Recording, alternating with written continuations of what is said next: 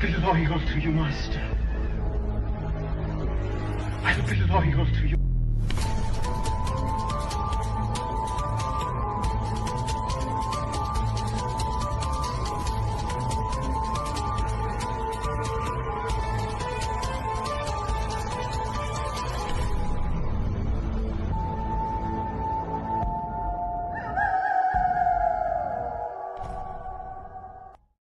This podcast is sponsored by RealComicBooks.com.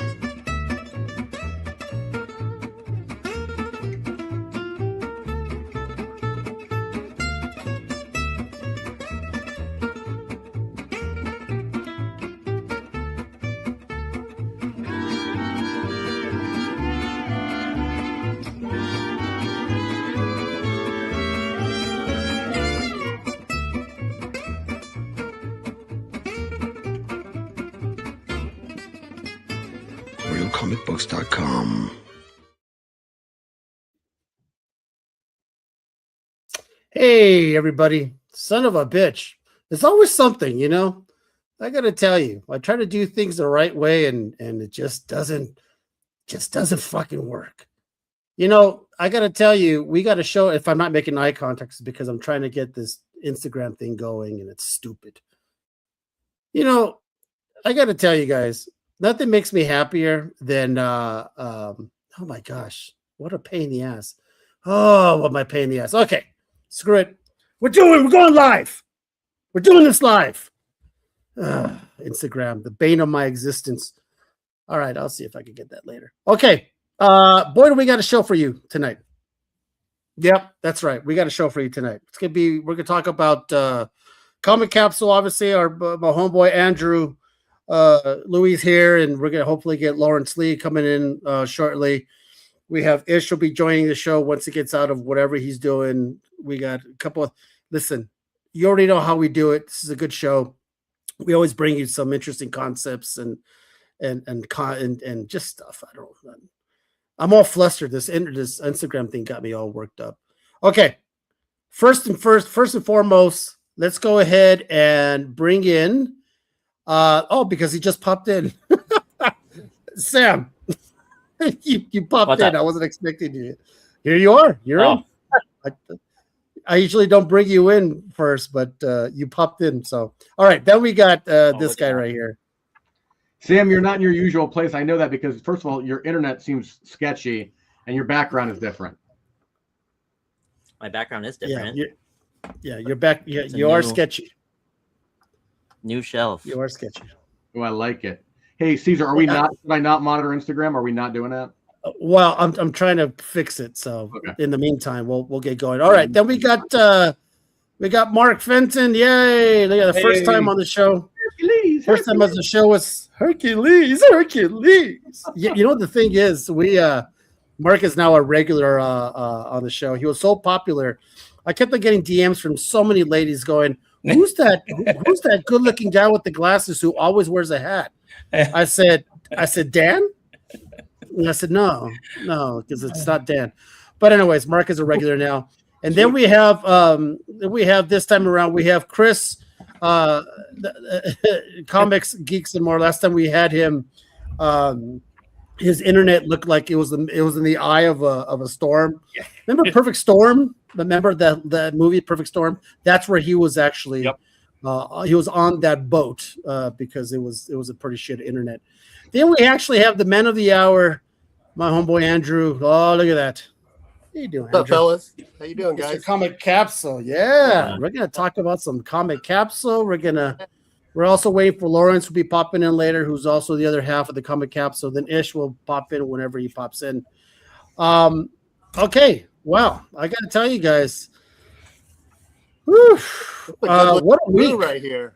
It is. I know. Well, at least me. Dan's a little question. Well, now that Dan's wearing those meta glasses, he is maybe a 1% attractive. Hey, Meta, make Caesar naked. Oh, I got video of that if you want. Yeah. Are those the displays, Dan? I can't see you guys right now. I'm seeing a new version of Caesar. Hang on. Oh, there you go. You know what? There's a reason Your why eyes are bleeding.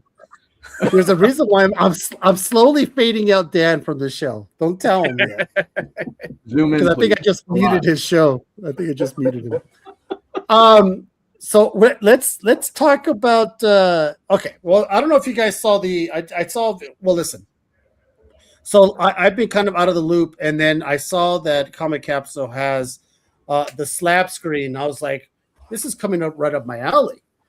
You're talking about UV protected screen that protects slabs.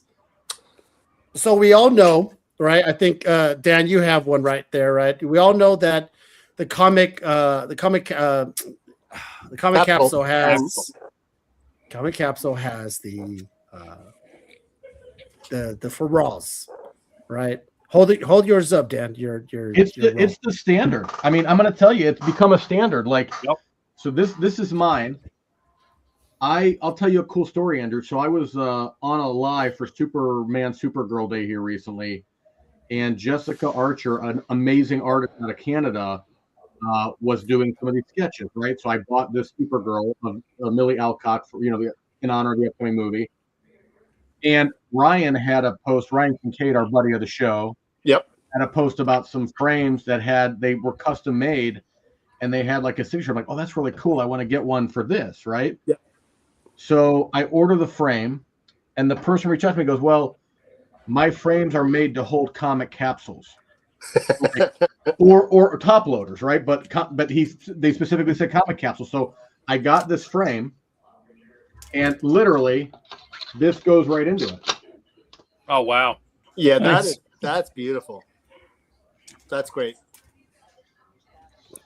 Right? Yeah, That's what I was telling you, Andrew. It's pretty. Look how cool that is, and it Yeah. slides right on in. yeah. And we're starting to see a lot of people building stuff for our ecosystem, which we're thrilled about, because that means we're kind of in people's homes and in their comic boxes. So like that's really cool. Yeah, I think All just right. for that, the whole sketch concept right there. I mean, that's one of, like, anytime I talk to people about this, especially around con season, I tell them is that this is like the go-to thing to take to shows if you plan on getting books signed or remarks. Like, I mean, I have a couple sketch cover. I mean, I took maybe a handful with me to New York Comic Con and Baltimore Con, and I got sketches done, threw them right in my comic capsule as soon as they were done, and they made it home safe. Yeah. It's a no-brainer. There's like an interesting kind of shift going on in the comic industry now, because when we first introduced the comic capsules a couple of years ago, it was kind of like, people were like, oh, well, these are good for like really high-end books.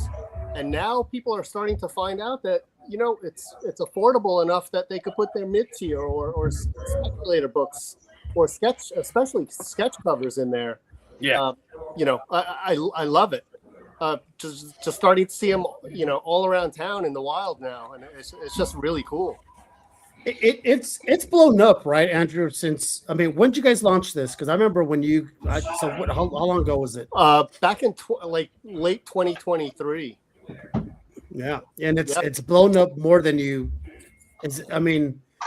I got to be honest. It's almost like it's the standard. It's like Dan said, it's the raw standard. You don't want a slab. You don't want a top loader. It's better than a top loader. It's UV protected. There you go. Right. Yeah. And but to answer your question, yes, it has blown up. And thanks for the introduction on the slab screen.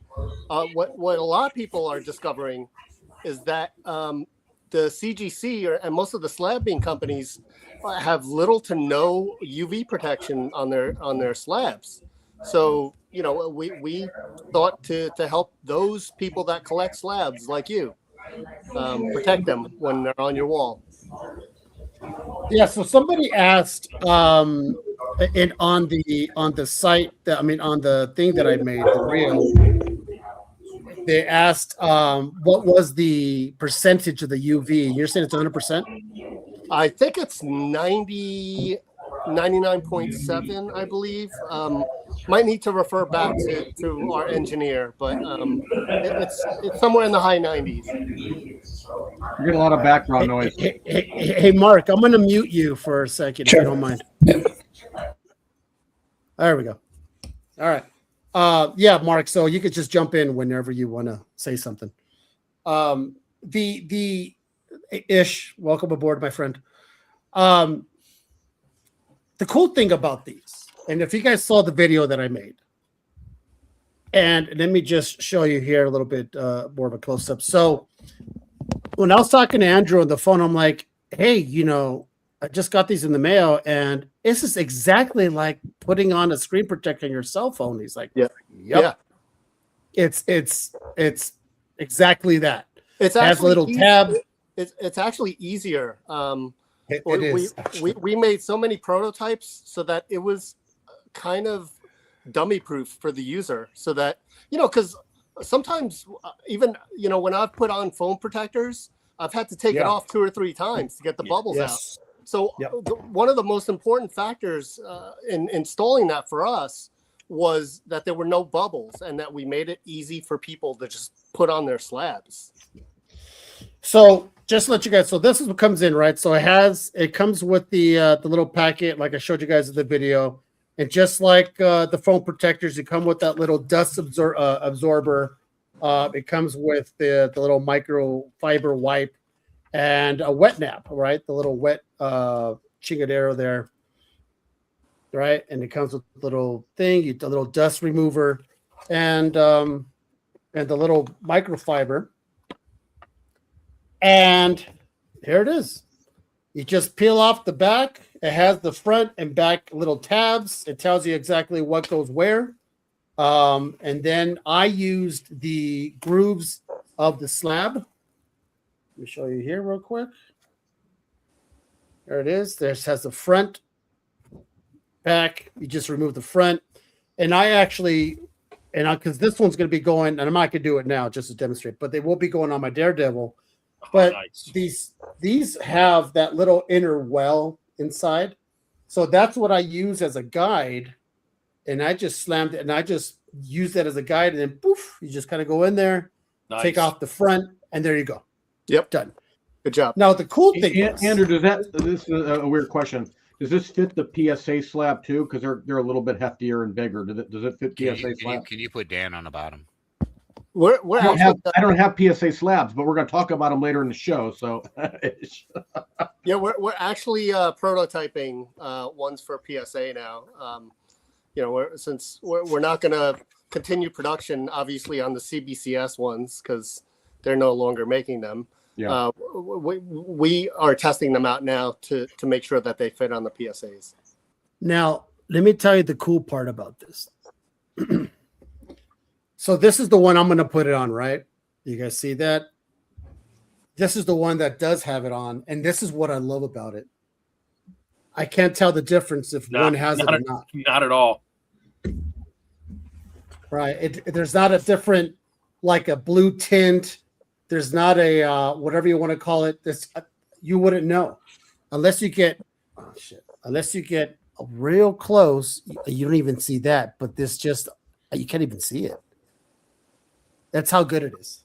That's a genius Not because idea. Andrew's my buddy. Now, Caesar, would you front and back it or just front? Just front. Just front. You can back it, but I obviously. yeah. They got the wells in the back too. I mean, Andrew, what do you For all recommend your for the books. use? Because of the light. So a lot of people will display it as if you look behind Caesar, kind of like that, against the wall. So we would love for you to put it on the front and back, but I'm not sure if you necessarily need it. I would just do the side, maybe facing any type of UV rays. Well, obviously, it stands to reason, right? Because, for instance, and I have 2 examples that I'm thinking of in particular, right? Like, the all-in special, which is a wraparound, obviously flip book, 2 different covers, one on the front, one in the back, and then for those people who there's a huge market for people who collect coverless comics, right? And one of the most important comics that I think one should be coverless is Incredible Hulk 180, obviously, right? Like, I think, to me, I think it displays so much better without that cover. And obviously it's the back cover that, you know what I mean? Yep. is that cover that you obviously, you know, that iconic Wolverine panel. You know what I mean? Like if I got it graded, I think there's probably not going to be hundreds of exceptions, but certainly some exceptions. You know what I mean? Like that would be one I'd probably put it on both sides. That's a great point. Display it That's from the back. 100%. Yeah. Yeah, And you could, especially if that's the side you're displaying outward. Yeah, it's one of those things because people all the time, they're like, the lights in your room are going to fade your books. I'm like, these lights are not on 24/7. As a matter of fact, they're only on when I do my show.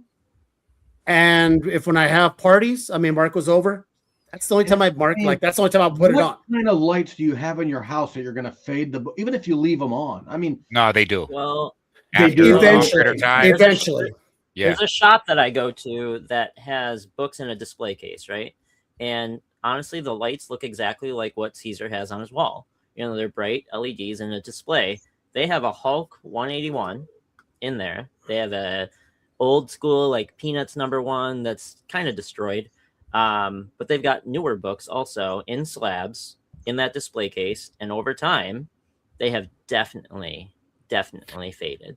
It's interesting because the owner, Sam, of Say Cheese came into my shop one day to get some Pokemon, and we had an hour-long conversation. He said, hey, I want to just give you some pointers because I've been on the island and I've had comics in my pizza restaurant. It's called Say Cheese Pizza, but he does comics as well for years. And he goes, and what I found out is he said I had to replace all the lights. I think he had to do like UV. I can't remember what he did because they faded his books over time.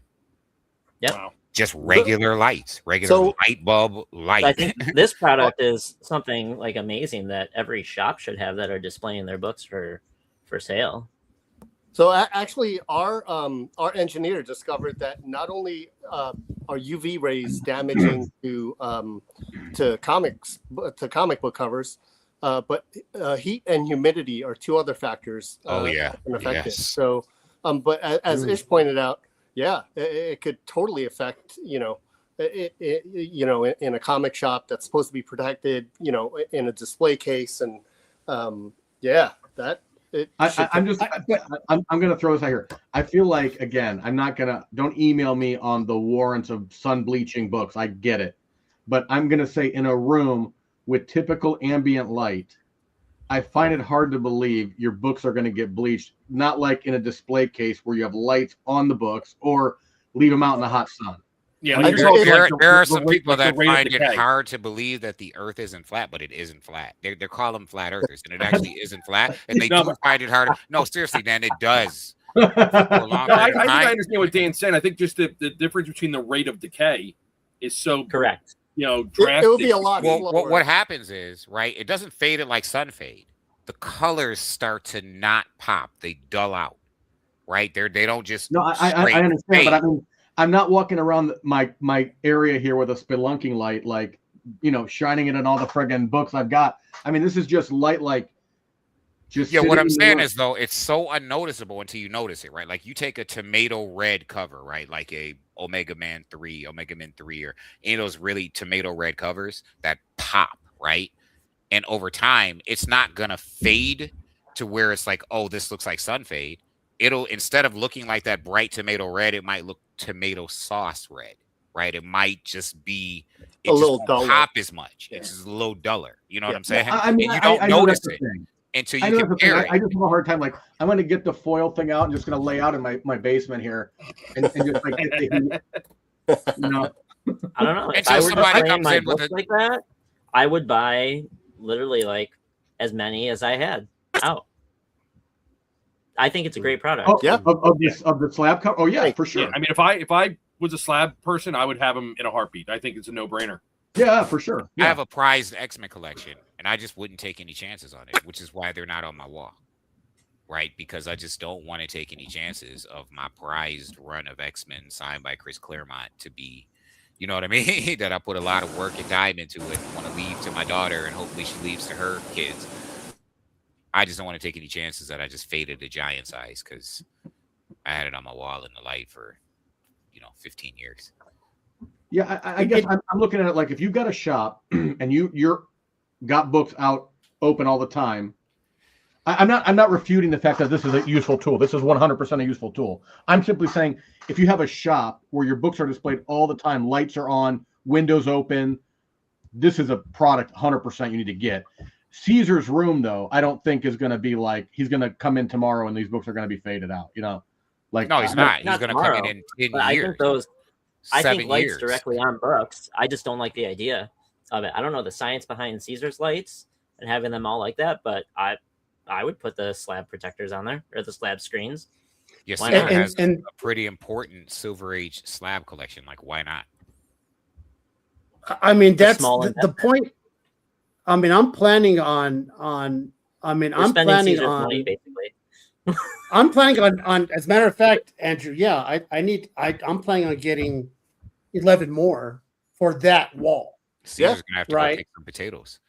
For that wall, but this was it's so light. I mean, it seems brighter on that wall right there, but they're not. It's very low LED. And I do mean very low LED.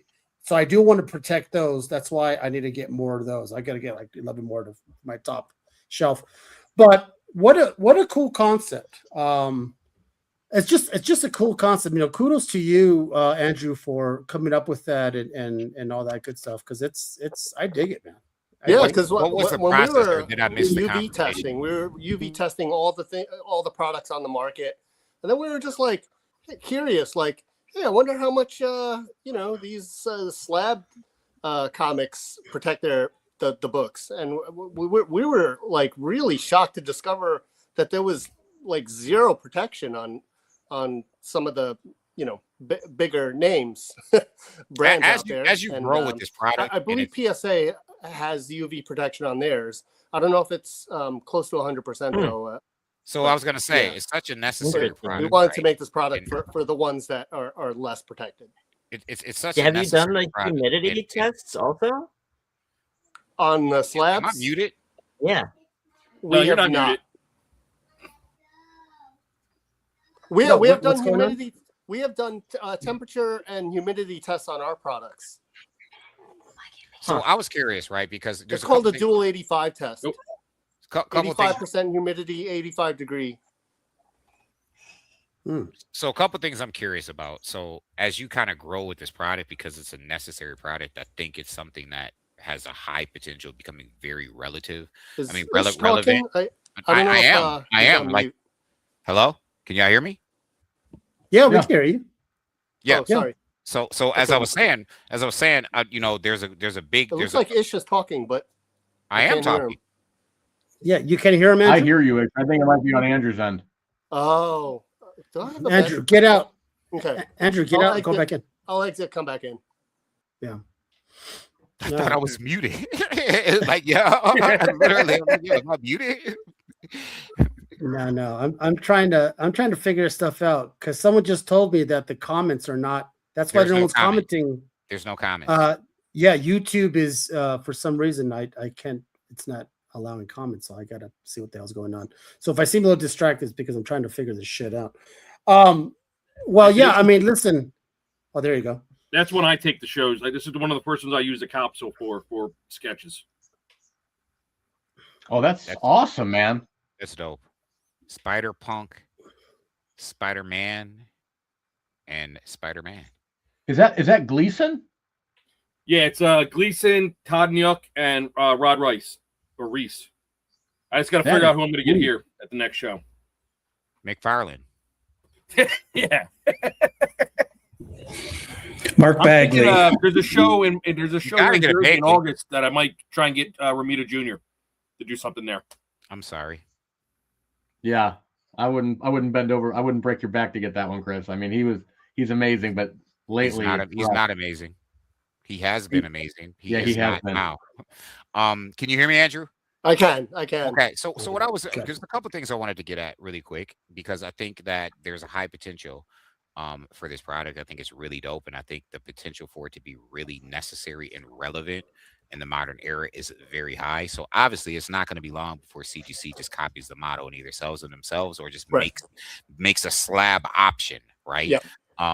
But that point is not here yet. So I'm curious, and if this is something that you've already discussed, I'll just go back and watch it. If not, what was your process? Like, what led you to this? And what is your process? And I'm always curious, right? I don't know if you know Jay from Superior Stands. You probably do, this community. Yes. And Yep. I always think about things like that. Like, okay, you come up with this concept, you come up with this idea, something that you can contribute to the comic community that is new, unique, and original. And what is the next step? How do you get it from your brain to something that you have in your hand? You know what I mean? Yeah, that's a great question. And to answer in order, usually we'll have kind of brainstorming sessions with our team, product and marketing managers, and we'll kind of like just start literally like this. We'll have a conversation about what's relevant, what's happening in comics, and like where do we see gaps, and where do we see like our products that can fill that gap. And I might have alluded to it before, but we were doing testing on competitor products for when we were doing ComicCapsule. We were like, testing whatever, just competitors, and then we were curious to see how much protection CGC slabs had. We put it under the UV tester, and we were so shocked that it had little to no protection on it. And we were like, well, I mean, there are millions of slabs out there. Why don't we, even if it's just for ourselves, why don't we make this product? And it's really neat to see how we've done very little marketing with it. But when people hear about it, they're like, oh my God, this is like ingenious. And like, they love it. And now, like Caesar was like, oh, I need 11 more. And, it's interesting because, we love that kind of organic growth, and people like discovering like, oh, wow, Now, slabs don't have protection. And then to answer the second part of your question is like, we kind of have a short term and then a medium term and then like a long-term roadmap of things we would love to see in the market. And that's when we start hashing it out with our, supply chain guy, with our engineer. And we have this really awesome synergistic relationship in our company where, we kick off ideas, we add other functions and features that we want to see in it. And we think we make really fun, good, useful products for collectors. now, if you were to pull the curtain back a little bit, right? And I'm just some guy sitting in my house and I have this idea, right? And I don't obviously want you to go into, obviously your trade secrets or what have you, but like, Yes. what do you do? Do you say, hey, do we figure out how we get a patent for this? And then do you have to call up like this company to see if they can create, the film, or you like what's some of the, not obviously I don't want you to pull the curtain all the way back, but just, for someone who's looking to do something innovative in any type of field, like what's some of the basic processes 100%. you're willing to talk about? Yes.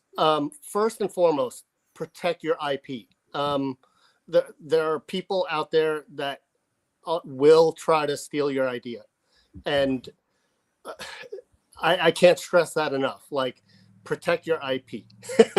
Second. Sounds like you're speaking from experience. Yes. Second, learn about your competitors. Learn what they're doing good.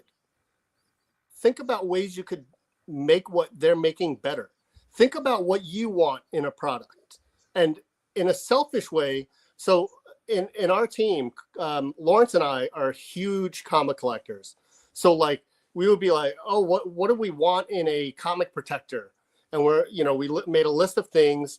And then our engineer would be like, oh, that's going to be easy. That's going to be hard. And like, you make kind of like a wish list, top 10 functions that you want your product to be or have. And then from there, you just kind of work with the engineer to see what's possible.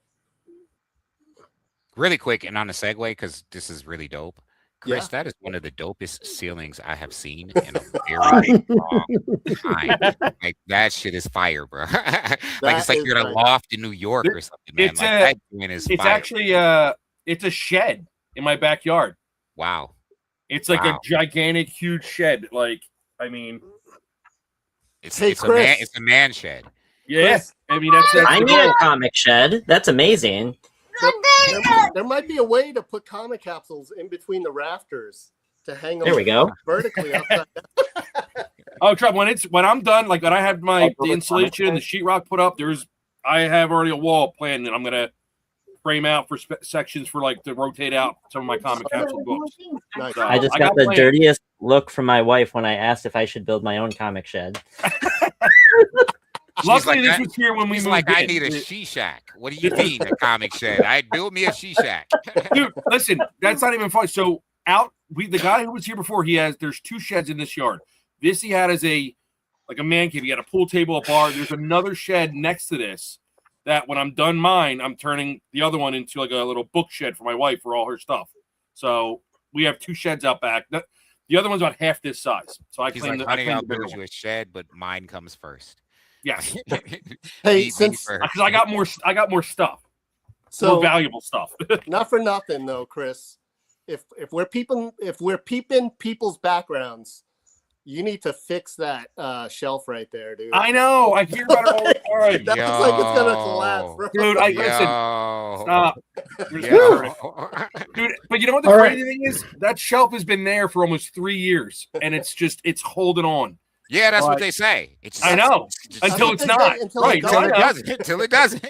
Like, Yeah. man, 3 years. Every day I looked at it was like, I should have fixed that shelf. Yep.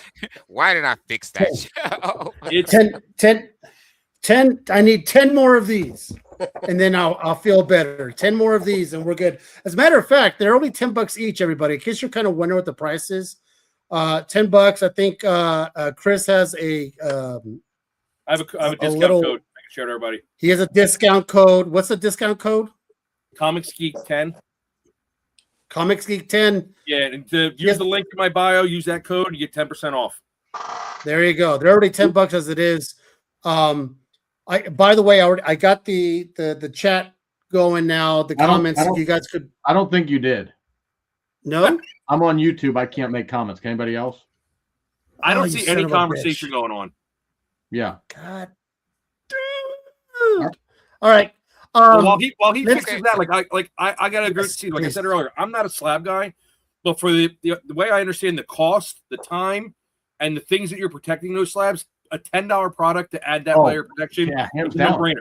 You No-brainer. have to, I have it on good authority, and literally good authority. You can go back and watch some of the Comic Menu podcasts.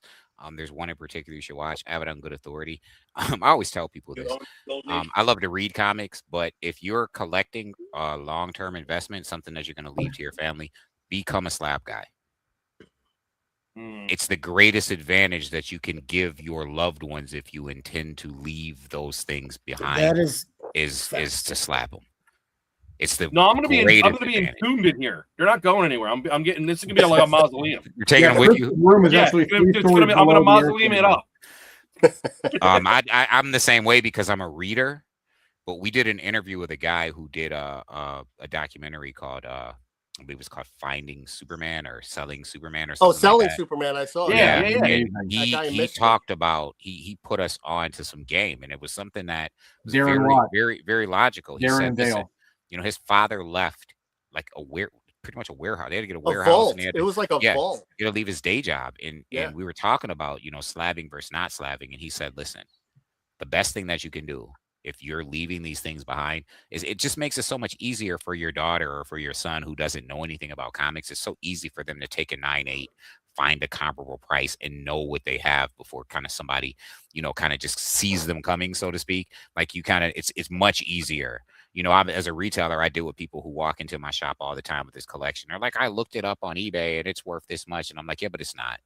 Like there's grades and there's all types of things, and you know what I mean. Like it's actually not. There is value there, but it's not. You know what I mean. Right. And then as you know what I'm saying. And as a retailer, Although technically speaking, if you have a number of comic books and you're going to slab them all, a cheaper alternative is just to build a mausoleum and put you in the books in it. Yeah, that's gonna be Dan. Dan's gonna be like I said, buried. don't get me wrong. I in absolutely short boxes. respect and understand the benefit to the slabs. And if I happen to come across something that was like, I don't have anything like, I don't have like an X-Men one or Daredevil. Like if I had something like that, I probably would. I mean, the oldest, I mean, probably the most valuable book in my collection is either First Appearance of Miles Morales or First Deadpool. Like, I don't have anything that old or worth thousands of dollars to say, I got to lock this down.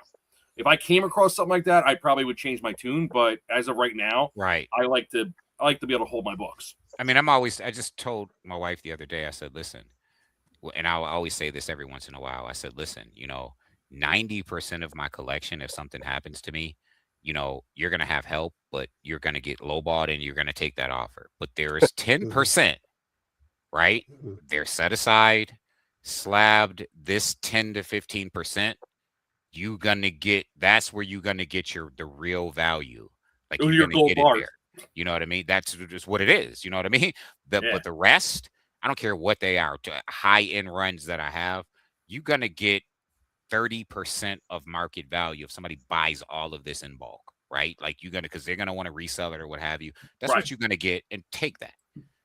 But this giant size or this, this or this, you not taking 30% of market value, and you're going to know not to, because it's slabbed, it's set aside and over here, and you know what I mean? And you're going to get 80%. Right? And someone's going to give that to you. You know what I mean? Well, that's the whole thing about encapsulation and slabbing, right? Is like, you're basically securitizing that item and making the standard for it. So you can't argue with Caesar that, I believe it's a 9.0. Well, no, the thing says 9.6. All right, well, then we trade per 9.6 value. Because it's so much is left up to judgment, right? Like, and 9.6 raws don't command the same value as 9.6 graded. Yeah, right? There's a gap. You know what I mean? We talked about that. People who sell their raw books at CGC or CGC PSA prices. You can't do right, that. and you can't, but tons of people do it. I grade my raw book at a 6.0. So the last sold was about 500 on the GP. So about 500. You can't do that. It drives me crazy, Yeah.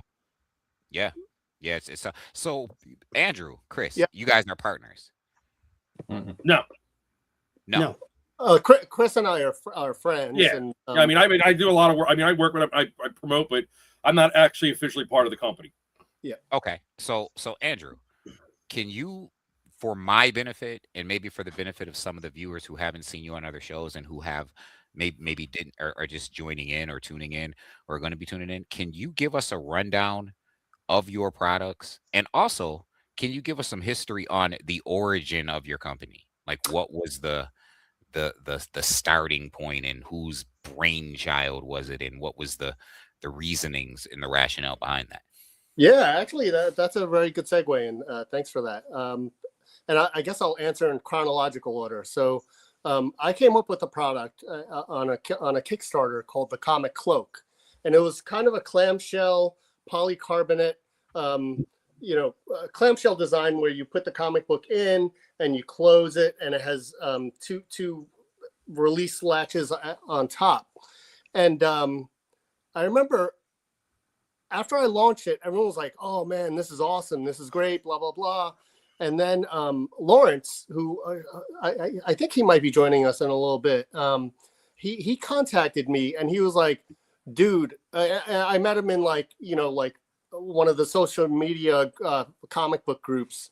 He's like, "Dude, I really love your product, but I think I can think of a few more features that would make this a home run." And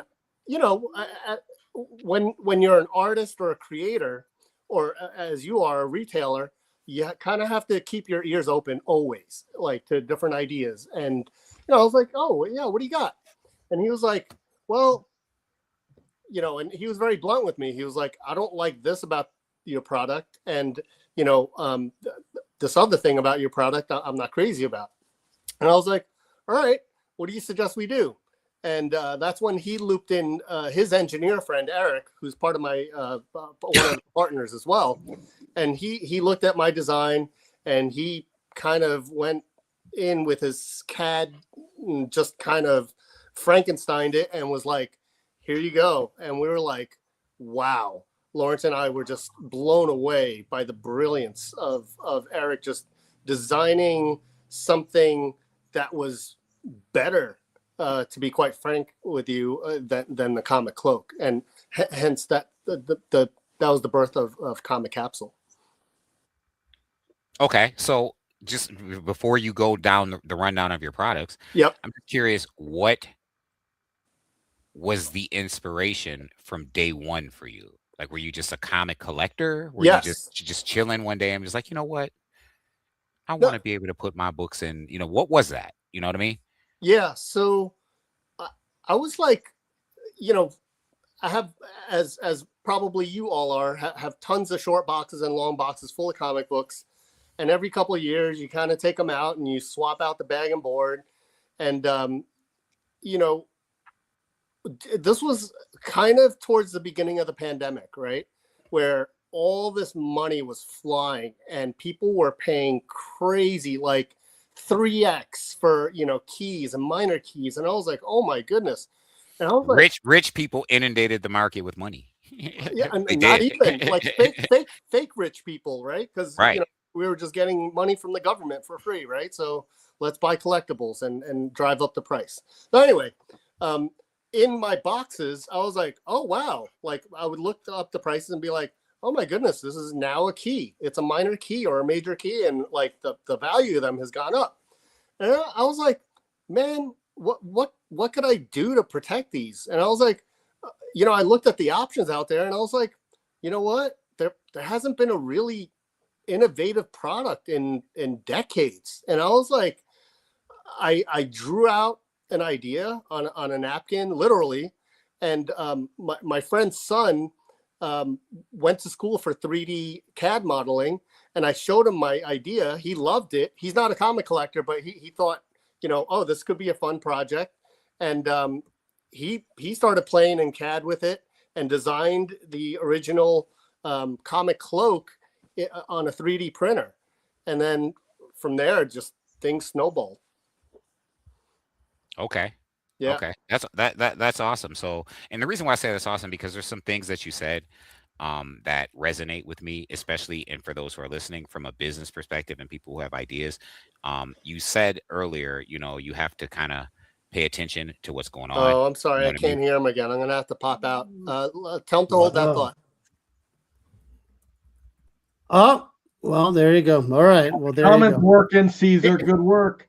Yeah, you know what? I found out me this time. You know what it is? Let me tell you, this is the funniest thing why there wasn't showing comments. Apparently, the setting was that this show is set for kids. Well, also you have to. You had it set on YouTube. You have to read that? the instructions, Caesar. Yeah. And since you didn't read. No. So I did not realize it was set for kids, and when it's set for kids, it automatically shuts down comments. I'm an idiot. All right, let's finish this. Let's finish your question there. So Andrew, you were saying, and it resonates with me, and this is something that I think is important for listeners and for people who want to be innovative and have ideas. One of the things that I always say, because while I am a retailer, my retail is based on spec and my ability to spec. And what I always say is you have to be able to identify a trend before it becomes a trend, right? Like you have to be able to kind of pay attention, have an ear to the street, so to speak, on what may be needed, may not be needed now, but may be needed down the line. And so you said something in regards to that, resonate. You just kind of pay attention to what's going on, which is what you did, right? Right. You kind of looked around and in your own, and it's interesting, right? Because in something else that you said that resonated with me, right? About the products, right? Like you generally want to sell something to someone that you want to buy. Yes. Right? Something that you would buy. You know what I mean? You want that product to be something like, would I purchase this? You know what I mean? Would I purchase it at this price? Is this something that I would, you know what I mean? So it's really dope. I hope people are paying attention because we're getting some jewels dropped from Andrew today. Appreciate you, by the way. Thank you. Appreciate that. All right. Well, I'll tell you what, we got so much, and we could talk about it again if Andrew joins. I'm sorry if Lawrence joins. We'll kind of because obviously this show is about glowing up and Andrew's comic capsule and Lawrence's comic capsule. But we have a few topics we want to talk about, people, because oh god. First of all, we were going to talk about Punisher One Last Kill, but we're not going to because I have yet to see it. We were going to talk about Daredevil and what we thought about that. We're not going to because Sam hasn't seen it. So we might save that for the next show. Well, Sam is gone, actually, isn't he? He's going to be back. He's going to be back soon, but I don't want to. Okay, we can briefly talk about it. We could briefly talk about it real quick. I like Daredevil better than the first season. I don't like Paige. Never liked Paige. She's annoying as fuck. I don't like her. My wife can't stand her face. Oh, my wife can't stand her either. Paige is the blonde. Yeah, Karen. She's Karen Page, and there's something about that character that just you just don't like Deborah Ann Wool on the screen. I don't think. I think the problem for me is that her transition from what she has been into someone who's really ready to do the dirt. It doesn't seem seamless, right? It just seems like such a contradiction to who she is. A little forced. Yes. Yes. There we go. So, but the fight scenes were some fight scenes are pretty badass. I'm going to say something, and it's probably not going to go over that well. Bullseye's fight scenes were way better than Daredevil's fight scenes, in my opinion. Bullseye was badass character. I won't argue with that. Amazing. So I have some gripes. Dan and I have talked about this personally offline, right? We both. I don't want to speak for Dan, but both of us don't really care for this season. However, I don't think it was bad, right? Yeah. It's like procedural crime superhero stuff, which just isn't for me, right? But pound for pound, it is not a bad show. It just doesn't resonate for me. It's not something that I want to watch when I watch a superhero show. There's a couple gripes that I have really quickly. One, I do not like anti-hero Bullseye. I'm just not a fan of that any more than I'm a fan of anti-hero Loki or any of these characters that they turn into these anti-hero empathetic characters that are villains, right? Fair. I'm not a fan of this woman who's like a combination of Typhoid Mary, but they don't want to do Typhoid Mary because she's a mutant, so they make her like Muse 2. Like, I just don't like this concept because I'm thinking it should be Typhoid Mary first, right? Like, before we get this Typhoid Mary-esque character that seems to be, it should be Typhoid Mary first. We should get Typhoid Mary. Don't get me started on that psychologist character. She was annoying. I was waiting for that. I was waiting for that scene where Karen's gonna punch her in the face for what she did to her in that prison scene. Where she treated her like shit. I was waiting for Karen to just slug her or something. No, they just kind of skipped over it, and they did make Kingpin pretty inhuman. My whole beef is, and Mark, with the greatest respect to creators, because you're one of them. I would love to be a fly on the wall in the Marvel room. What are they thinking? I mean, the end of the series, spoiler, if you haven't seen it, it's going to happen, is they cut a deal with Kingpin, who literally in the scene before he gets to go to an island in Hawaii or somewhere, he's bending people up against the friggin' wall. Oh, he murdered like 30 people. Yeah. He murdered about 400 people. Yeah, it was just... They let him go, and meanwhile they arrest Daredevil, who they've already acknowledged multiple times, including when he was in the court, has saved the city, and like they put him in jail. It's like, what are Marvel? Where are you getting your wires crossed? So I'm going to tell you because I have one final gripe with speaking to this, which doesn't make sense to me, and it harkens back to some of the things that Marvel has done in some of their other Disney series, right? And it harkens back to a conversation we've had a long time ago where Marvel creates all of these dangling plot threads that they never follow up on, right? Like when you look at Hawkeye, that television series, whether you like it or not, you got the most Easter eggs, right? Like the most Easter eggs. There's no reason why, like really, you got White Widow, Echo, Daredevil, all these characters appeared in Hawkeye, right? Swordmaster, who appeared in Daredevil. Well, you would think that in Daredevil, if The Kingpin is early back, formation of the Young Avengers, maybe. right? So you would think that if they're going to do this Daredevil television series, you would think, why didn't we get Echo at all? Like, We did not get Jessica even Jones, one which is kinda episode cool. of with Echo in it. I mean, she shot Kingpin in his face. You would think she would have some type of feelings about the fact that Kingpin is alive and is now the mayor of New York City, right? Like you would think we didn't get an Echo, we didn't get any of the widows. Like we didn't even get an inkling. We didn't even get Punisher, but Punisher was in the cage after the end of season 1, right? Like, and we obviously know why, but we don't get a hair, not a peep of a Frank Castle. Like all of these opportunities that they had, like why did you put Daredevil in the She-Hulk series?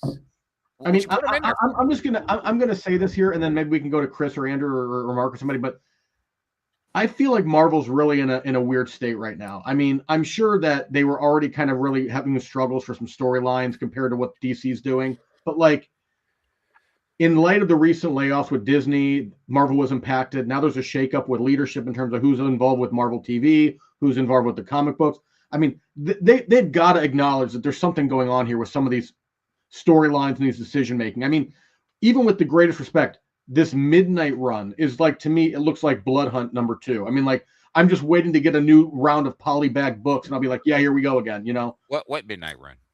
Well, this new line, the comics, the new line, the Midnight, the new line. comic line, the new Midnight Universe with the X-Men, Midnight Universe, stuff. the vampires. Yeah. It's called Marvel. It's called Marvel Zombies 2.0. Right. Yeah, reboot. Listen, I'm not out on it. I just need to read it and see what the writing does. I don't really the art cool, but I just it's like I said before you joined earlier. Like when I saw it pitched, my immediate hope and thought was that it was going to be touching on the horror characters. Like we were going to get like Man-Thing, Werewolf by Night. We were going to get, more Blade, like stuff like that. Elsa Bloodstone. Right. Exactly. Like, I mean, and I would admit, I was totally excited for it when I my mind got me, I got ahead of myself. I was like, this is gonna be great. Like, and then it's just like, it's another, I feel like it's just like, it's not even like, everyone keeps saying like, here, someone's saying it's their answer to the absolute universe. I don't even know if I consider that. It's just more of a, because what was like an ongoing what if? Like an ongoing what if? Absolute Universe was DC's answer to the Ultimate Universe, right? I gotta say, I'm intrigued. One, because they're pitching it through the mutant line first, right? So my intrigue is there are 2 really great stories that involve Storm being a vampire.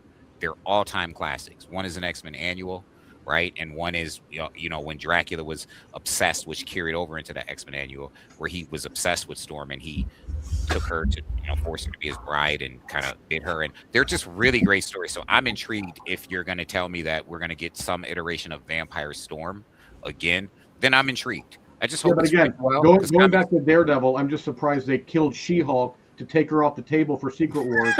Right? Oh, sorry, Sam. Oh shit, I'm so sorry, Sam. No, I'm kidding. I'm just kidding. So I will say, okay, so this is actually a pretty good segue, and I kind of want to hear your opinion, Mark, because you said you're how's it going? You're looking forward to this, right, Mark? Are you looking forward to this Midnight Run? I mean, they have great writers. It's Hickman's on there. It's Kennedy, Johnson, and then it's Percy, I think, is on the Fantastic Four. So, I mean, they've got really good writers on them. So, I'm intrigued for that piece of it. Johnson's Hulk was kind of horror based. So, be interesting to see what he does. It still is horror based. Yeah. It's right now, it's a definitive run of Hulk. And Ben Percy's Ghost Rider run was the best I've read. But Percy is hit or miss. Yeah. His Ghost Rider run is fantastic. His X-Force run, not so much. His Wolverine run leaves a lot to be desired, but his Ghost Rider run is fantastic. Hey, Mark, how many issues? I think we talked about this before. How many issues do you need to be in for a run to grab you, or before you go, I'm out? I usually go 3, just to kind of give it, the first issue to see, where we're going, if they're telling any backstory, stuff like that, But by 3, you usually have a pretty good feeling of where you're going. we've seen where they're starting. You know, if we're starting like a flashback, or if we're starting like in the real time, and then we're going from there. So I would say 3 is it for me. I think it could be. I think it could depend, because if it's a 5-issue mini, I can't wait 3 issues to determine if it's. But you know what I mean. But if it's if it's ongoing, absolutely. Right. Hey guys, Correct. question for you all. I am ashamed to admit it. I have not read any of the Absolute series. Is it fantastic? Is it? I'm leaving. Have a good night. Believe the hype or no? Bottom. Can we put him? I'm Mark. Andrew, have I friended you yet? Okay, so I'm gonna send you a friend request. I need you to accept it so I can unfriend you. We got to do this, the right way. Listen, I'm not as bad as him, but I'm probably gonna be worse just for the fact that I do not buy into the hype of Absolute Batman. I don't think the sales numbers are warning how good it is. I think if there's a lot of FOMO, I think there's a lot of people jumping on because they feel like they have to. I read 6 or 7 issues of Absolute Batman. I read the first 6, and it didn't hook me. And then the more I've seen of it as it's come out, but my thing with it is I feel like it's shock value for shock value. It's dystopian for dystopian's sake. Respectfully, I mean, like I said, I feel like the first arc of the Zoo is an arc that brought a new demographic into a title that historically is getting a little stale. Batman's an iconic IP, but Absolute Batman opened the door to a lot of people. Like I'm seeing people at the comic shop literally that I never see in the comic shop just to get the Absolute Batman and other Absolute titles because it resonates with them. It's a little bit more fresh than what we're. Yeah, but how long is it holding them? My thing is, I see all this hype. I see all the hype, and everyone talks about it, whether it be eBay, whatnot, and then you have people running to the store because they feel like they have to be part of it. But here's the thing: are those people that are running and standing that you're seeing, are they maintaining?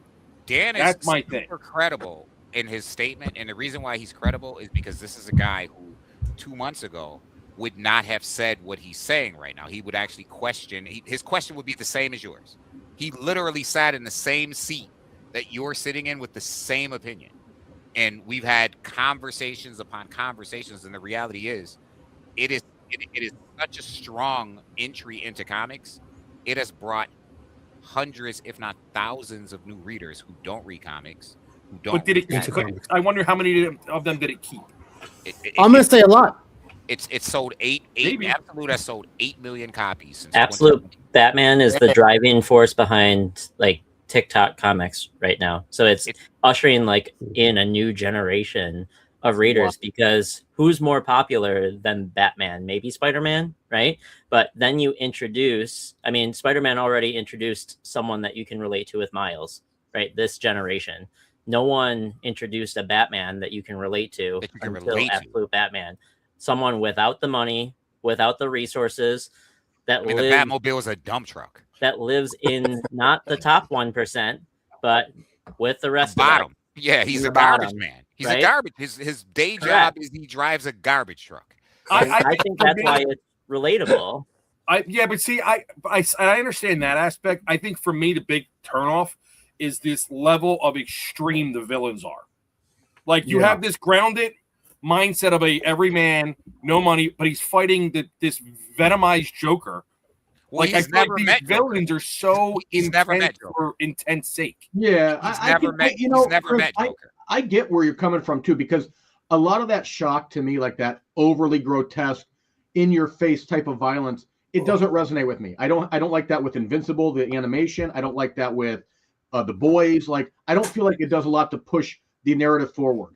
However, I'm probably not the target demographic necessarily of this title.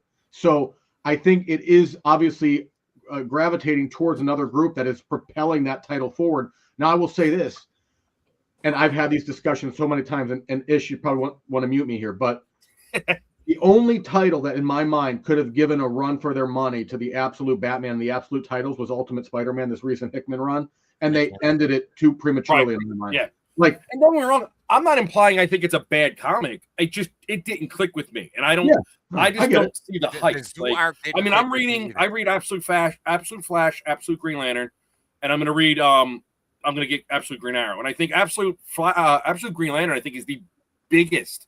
If anyone's reading that, that's the biggest departure from the source material character. I wasn't going to read it. Mark's like, are you going to read it? So I'm going to pick it up. L. Ewing is pound for pound the best writer in comics. Like, I think pound for pound. Absolute Green Lantern. I mean, I love both. Man. I'm kidding. I tried Superman and Batman, and Superman was okay, but Superman didn't seem like that far of a departure. Like, I don't know. It just didn't seem like that different. It departs pretty far. He'll kill you. I mean, I don't know. Maybe I'll have to look into the trades. Like I said, I gave up too soon, but it just didn't click with me. It's kind of like what you said about Daredevil. Like, it's not bad. It just didn't resonate with me, and I don't see the hype. The biggest villain Batman fought to date was Bane. Bane is the biggest villain that he's fought to date in now 20 issues, right? He hasn't even met Joker yet. Yeah, but like the Joker, like the way Mr. Freeze looked, like these are like horror-esque characters. And borderline like Lovecraftian looking villains against a guy who's a garbage man. It's a body horror book, right? Well, he's a 7 foot tall garbage man too. You know what I mean? Like he's 7 feet. You know what I mean? But yeah, I mean, it's a body horror book. A lot of body horror. A lot of horror takes place. Yeah, look at Poison Ivy. Yeah, look at Poison Ivy. Look at what happened to Joker, Two-Face, Riddler. Right, a lot of body horror-esque type things that happen to him.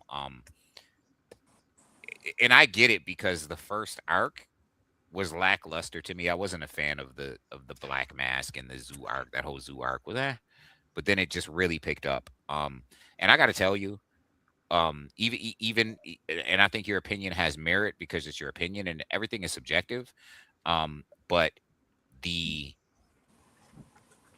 there's FOMO, right? Fear of missing out. And then there's Absolute Batman. And Absolute Batman is beyond FOMO. We're talking 8 billion copies sold since 2024, the most successful comic of the 21st century, hands down, not even a close second. So that is well beyond FOMO. So many people who don't read Batman are reading Batman and coming back, right? And certainly there's a percentage of it that is FOMO. But if it were only FOMO, 8 million copies of Absolute books sold across all titles since 2024. The last book that went back to print 14 times, I can't remember, right? Like 14 times in less than 2 years because of the demand. There's such a demand for it in any print, right? People just want to read it. I have so many. Yeah, I mean, it says something. It says something when I go to my LCS, and I've gone for years, right? And Batman is still on the shelf. Detective Comics still on the shelf. Even some really good runs that include Batman, but there's never Absolute Batman left on that shelf every time. I mean, if I wasn't in my pull file, I wouldn't get it every week. It's gone. I mean, so something is bringing people back for that read. And again, Chris, different strokes for different folks. Like I totally get it. There's nothing wrong with not liking that title. And I'm not, there's plenty of titles that didn't resonate with me, but I would just say, this certainly feels like it's not a matter of like a FOMO thing here. This seems to me like legit. This is something that has really taken hold and people are loving the story. They're liking the characters. They're liking, Scott Snyder's really got something special. Nick Dragotta's art is really I've liked him since East to West when I read that. I mean, it really is a different dimension of Batman, I think, than what we're used to. Now, in the perspective of me who don't read with the shit, Sam is holding a book for me, Absolute Batman 9.8 slab, because that's a book as a collector, and I don't do modern, as you guys, very few moderns. I think that book has some legs, and I think it's gonna be one to hold on to, even though they printed out a shitload. But I think you said it once ish. They printed out not enough, right? Because they didn't realize how big it was going to be. So and it's they like sold about 400,000 copies of the first print across all covers, right? And there that still wasn't enough. Yeah. And the crazy thing is, it's not even his first appearance. Nobody cares about the All In where they all first appeared. That book is not worth any compared to the it's a $300 9.8. I mean, I like it. Yeah, but you compare it to an Absolute Batman 1, and that pales in comparison. It'll pass Absolute Batman 1. Why did they start for Absolute Batman restricting exclusive cover types? Oh, the glow in the dark, right? Well, I Yeah, heard so- foils, Because they- hot foils. Probably because they have so many people doing the books exclusives. now. So But let's talk. why limit the Like there's type like of cover? 140, I think I saw posted on the Facebook group, different variants or Of different 22. covers for 2020, I think. for 20. But Now think why about what Sam foil? just said. Why glow right? in the dark? Huh? Everybody has to order 2,000 copies, right? So that's 2,000 A covers because they put your cover over cover A, right? So You that's mean when you 2,000 when you do an exclusive book? You're saying Yes. An exclusive book. Any, Okay. any DC book that has a cover past A, DC is lazy. They just put that cover over A. Right? So it's just a cardstock over cover A, right? Yeah. 140 times 2,000 because every retailer has to do 2,000, 2,000. right? So you got 140 Minimum, and some are doing 5,000 right? because they're doing 3 covers with 1 3K and then 2 1Ks. Not to mention the naturalized orders of the regular covers, right? So for me, and I'm a very small retailer, Sam will tell you, I do most of my business through pre-sales and online, but I have a walk-in store. I order at least 400 copies of Absolute Batman every month. At least 400 copies because I pre-sell 1 in 25s, right? So I have at least 400 copies, and I don't sell through them all, but I probably sell a profit, right? So you think about this from a retailer's perspective, right? It is very hard for a retailer to order 100 copies of any book, that unless they're like mid-city or something, right? Of any given book and sell through it before the next week's books come in. It's not easy. You have to have a big pull list, right? You have to be kind of like Midtown. The average retailer can't just order 100 copies of a given book, even with incentives, and sell through that. But Batman is like, there are some books in the 21st century that retailers were generally hurt by when those books stopped. Walking Dead, right? Tons of people had it on their pull list. Retailers made money off of that book. Saga, right? Retailers made money off of that book. Retailers are really making money on Absolute Batman. Like really making money. They can order 100 copies of that book and get a sell-through of 80% or better, which is a profit, especially with DC, because you start off with a 35% discount. So after shipping, you're losing money out the gate. You have to sell through if you're at the 35% minimum.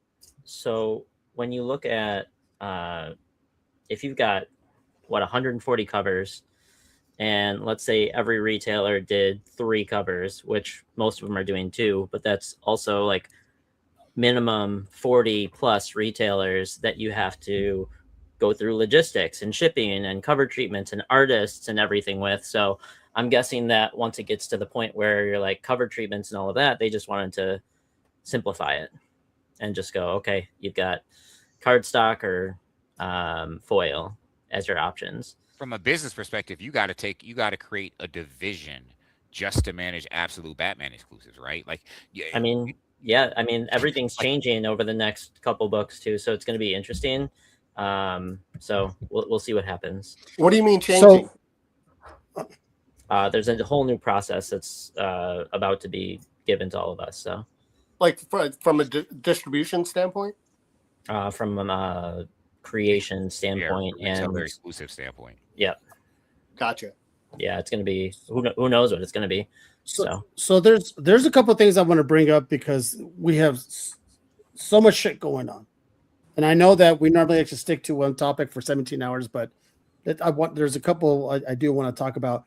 Thoughts of this shakeup at Marvel with these new positions, people being filling in and all that.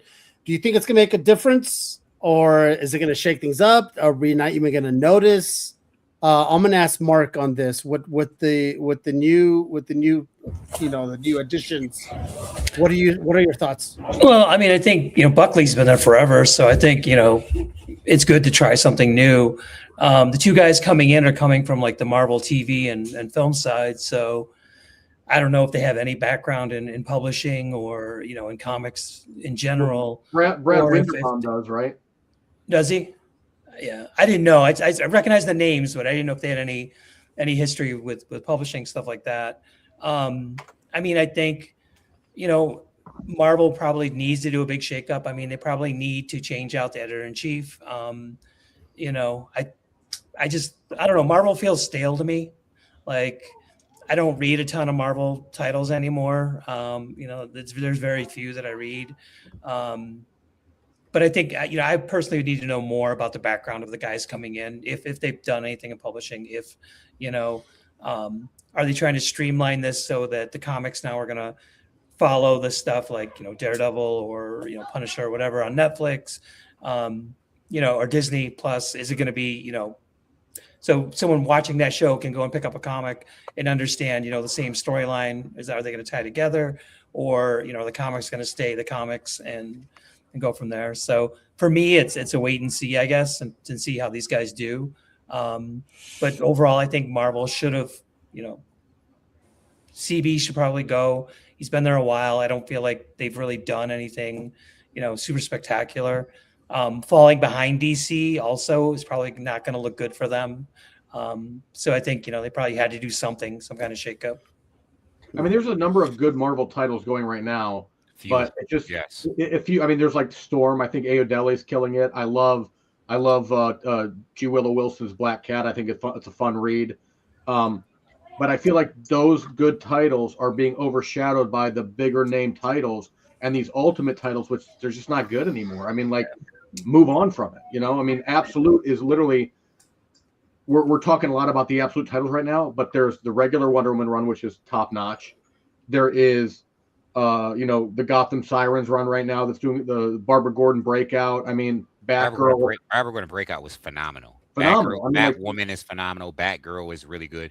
Wonder Woman is the best book coming out. So the Barbara Gordon breakout, I think Pornsack's writing that. Yep. Yeah, so that's the guy writing Green Arrow, Absolute Green Arrow. Oh wow, really? Yeah. Mm-hmm. Did you So watch drops Firestorm? tomorrow, Firestorm? right? So here's the thing with the Marvel shakeup, right? I think it's reactionary. I think it's knee jerk. I don't want to say that it's unnecessary because I don't know that it is. I think it's reactionary because DC had a stellar end of 2024 through 2025, right? And I think that I think their year was kind of, I don't want to say overhyped because it's not. You can name the DC books that put DC over the top last year, right? KO at the end of last year, obviously Absolute Batman led the charge along with Absolute Wonder Woman. DC KO, which did not stick the landing, but then they did some things like that manga Batman, which people fell in love with, and it was actually really good. These are just like, they did a very low-key Batman book. I think they did 12 issues, and that thing is like a $300 run. What's the Batman book that we were talking about, Sam? Dark Patterns. That Batman Dark Patterns, which nobody even knows about. But That's the one with the werewolf? No, that was Full Moon. It just takes him back to just grimy detective. That was good too, though. Yeah, it was. Grimy Dark detective. Patterns is really good. And then the Gargoyle of Gotham is finally going to finish, and that's it's amazing. great, but people fell off on it because it's taken 2 years to do this run. But I really like the Batman Robin year one. If you look at Raphael Marvel, right? Grappa, yeah. I don't know how much the shakeup is going to move the needle. Obviously, it depends on what we get as far as product. Because if you look at Marvel and you go back to 2024, you can say, well, Marvel started off 2024 on fire, right? They dropped Ultimate Spider-Man.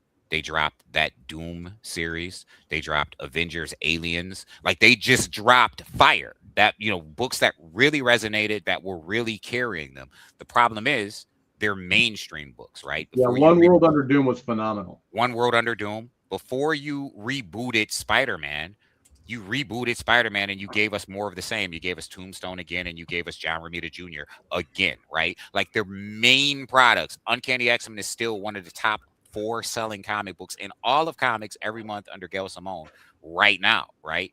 Like, as we speak, it's still one of the top selling comic books. Along with Absolute Batman and Transformers over at Image Comics, right? These are like the top 4, top 5 selling comics every month. But when you really look at Marvel, the problem is their mainstream products Like there isn't a great Avengers title. There isn't even an Avengers title, right? The last good Avengers run was Chip Zdarsky, who's doing great things at Marvel with Avengers Twilight. His Captain America currently right now is dope. His Wolverine's Weapon of Armageddon is pretty dope. But there isn't even an Avengers book, right?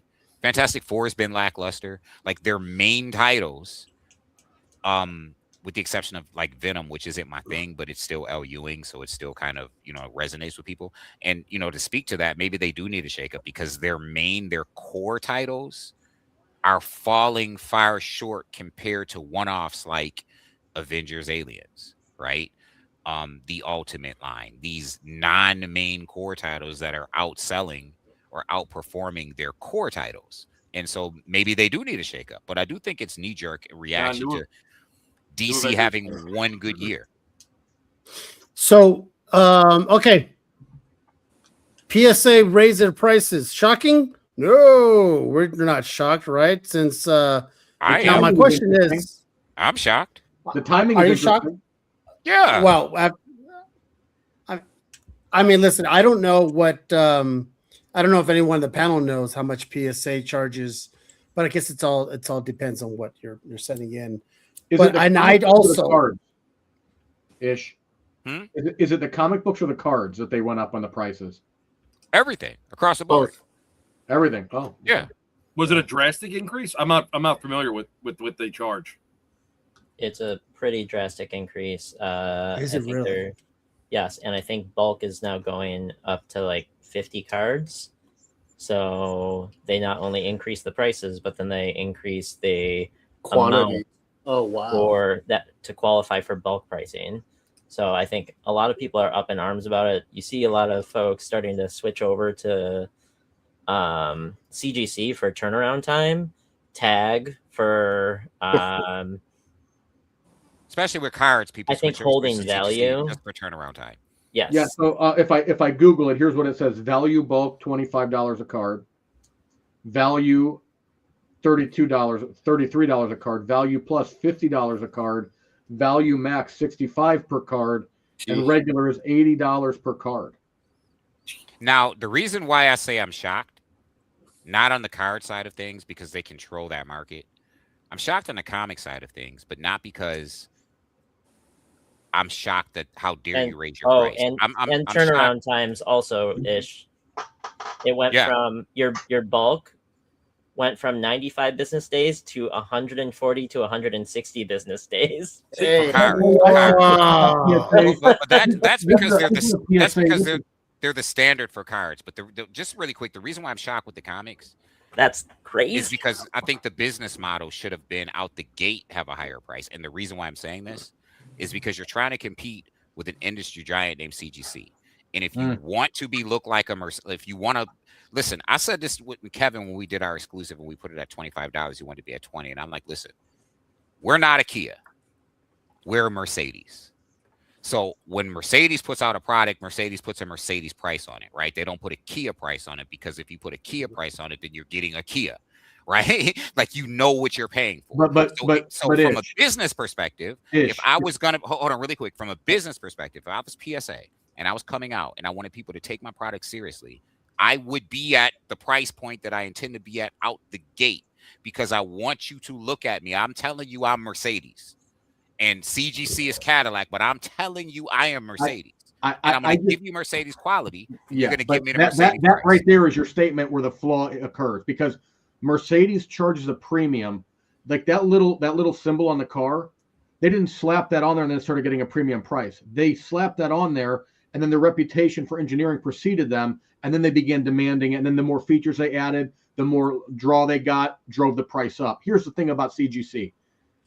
And I'm not dogging them, right? I mean, I should be careful because they've got some of my books there right now. But that being said, they are full of quality issues when that's their only business. Yeah, they don't have to adhere to a standard because there's no competition. I'm with you. I'm just saying, like the Newton rings, the crack slabs, the damaged shipping, the labels falling off.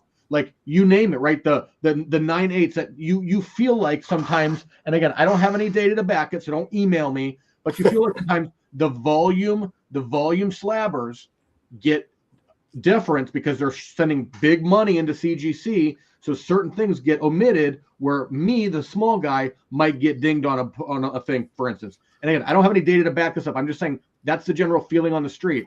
When PSA came out, what did they bring? Nothing. They didn't offer any better pricing. They didn't offer any faster turnaround. The labels look like Gen 1 CGC. They look like shit. The slab right? is terrible. It's a terrible looking slab. But the point I'm just simply trying to make is it's a giant FU to the collector community. It's like, hey, we're coming here. We're going to like, okay, hey, we're just PSA. So you can send us your money like you've been sending CGC. We're not doing anything better. We've proven you nothing yet.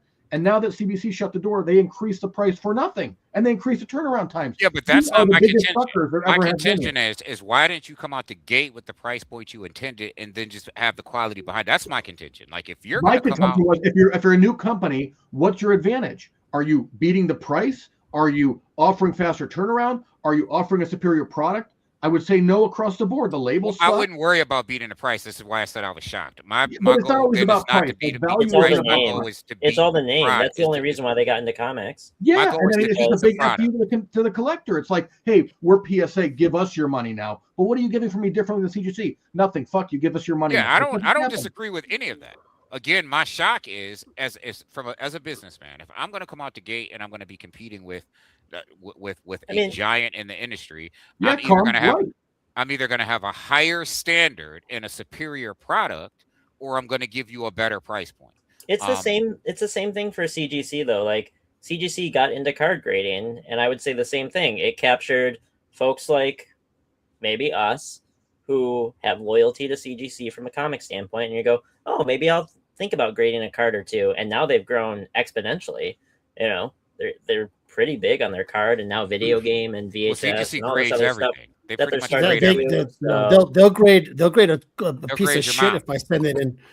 So this was 9.2. My mom 9.2 Caesar's crap. My mom got a 9.6. Real quick, like here's the statistic that they cited in the increase.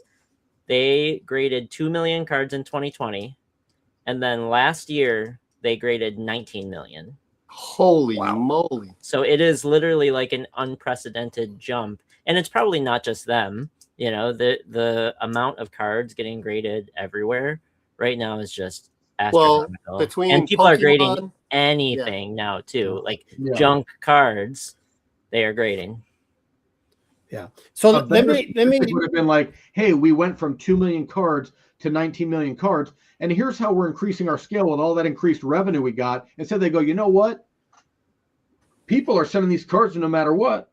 Screw it. Let's increase the price. So Peter, just really quick, just to touch on what you said, the reason why Dark Patterns did that is because it was a grossly underordered book and just a brilliant story. Like I'm not even a Batman guy.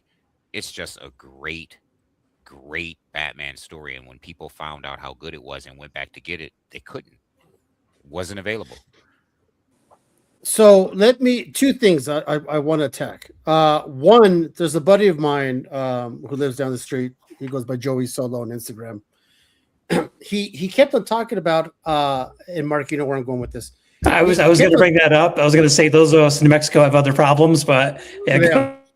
So being in New Mexico, we're kind of higher of an elevation here. So he was noticing that he was buying books and being shipped to him from anywhere else, basically, that's lower elevation than ours.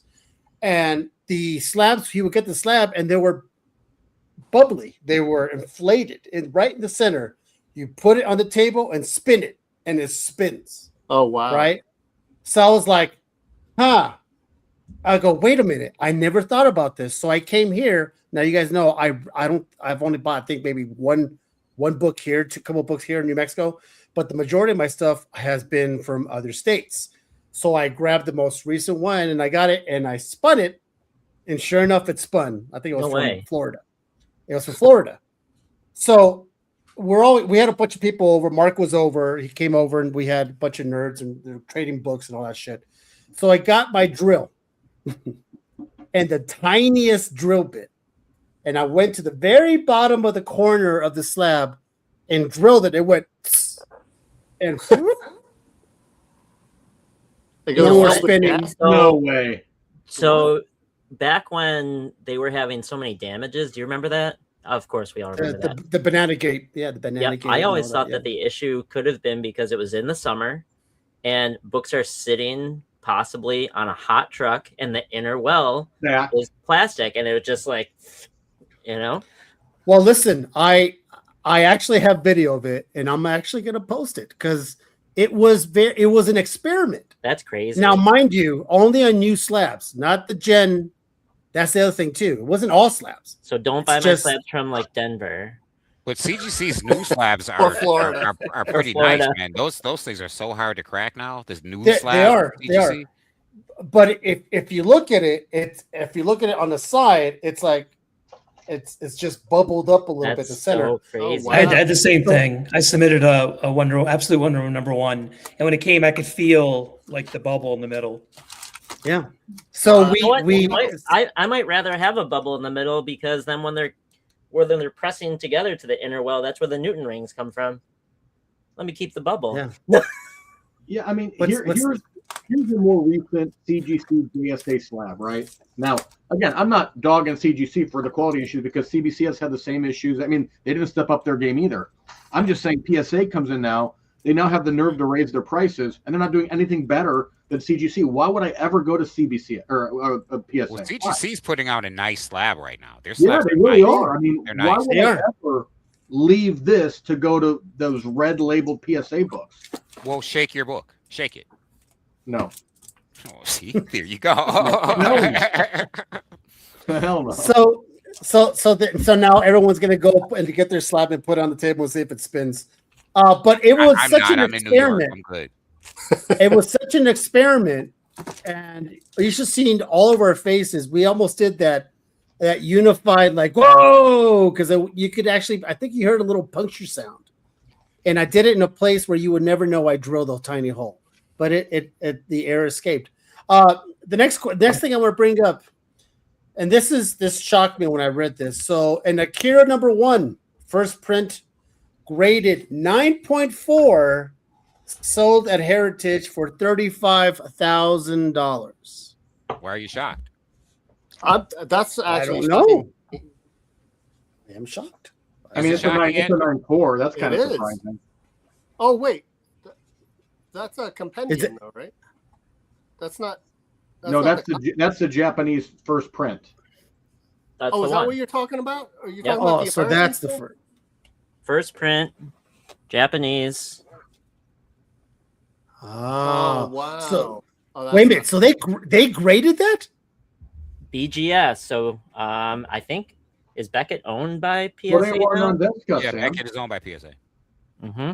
Yeah, Wow. why is the shock though? We're talking about some of the most important in mangas. I digress. I digress. I did not realize it was that fucking monster of a book. Never mind. Manga has been blowing up, and I'm not all shocked of at all. these prices have just been continuing to go up and Did up. you see and what up. the one piece went for? That set the bar. We talked about 45K. What? 45K for the one piece. $48,000, I believe, Yeah, for that a set the bar. 6.5 or 5.5. Wow. First One Piece, Dragon Ball, American going nuts. American pop culture media since 2021 is manga, and it's not a close second. The fastest growing. Well, I invested in the wrong fucking generation over here, because that's crazy. The amount of money I get it. People are now sitting on when they were buying, and there's a lot of controversy around it because Logan Paul posted his investments, and so there's camps of manga is meant to be read, not to be graded. There's a lot of purists out there. And more kids are reading manga than comics right now. And there's a lot of folks jumping in from the card world looking for manga now. So there's a lot of people that are saying it's ruining the hobby. These prices are just astronomical. Wow. Right, that's most important manga properties.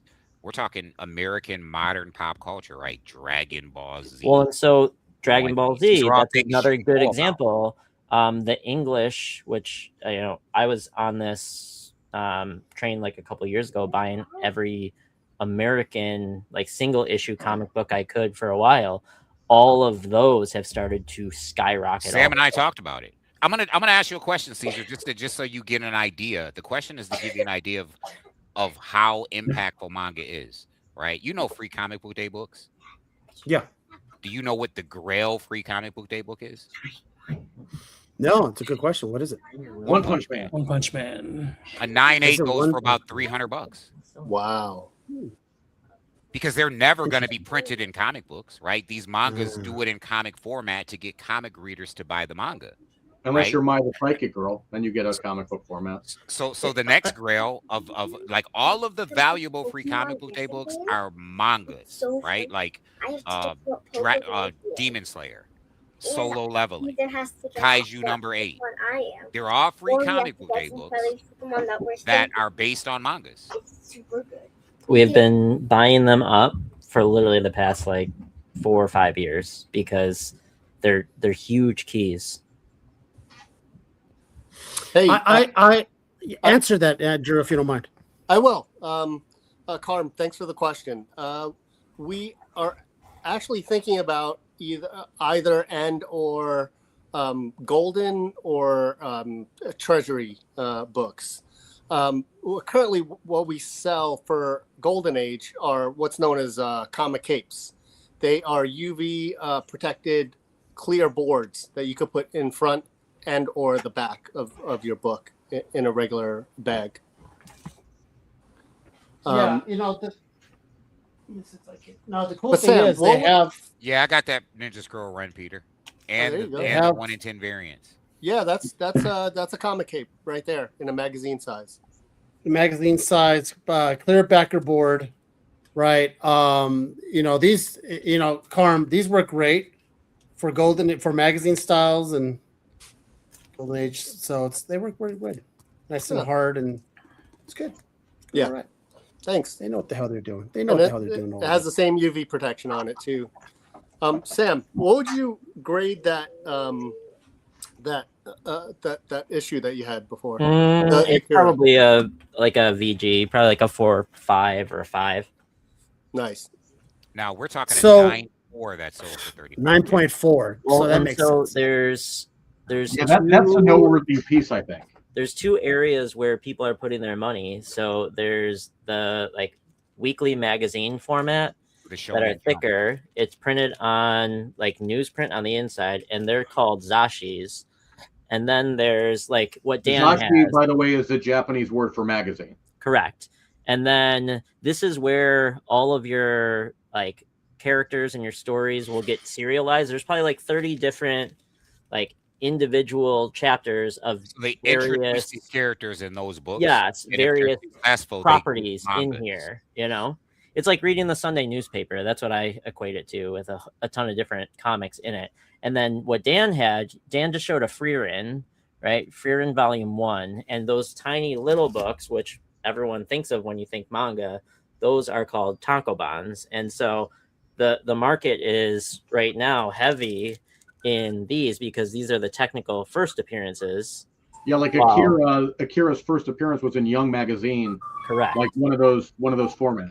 With like a girl in a bathing suit on the front cover. Right. You know, like so to And people find buy them these too, every they're like week. impossible to find in good shape because they're always beat up, destroyed. No one was taking care of those. Yeah, people buy And them that's every the same thing. week, they're like, That's the same thing with the Akiras, right?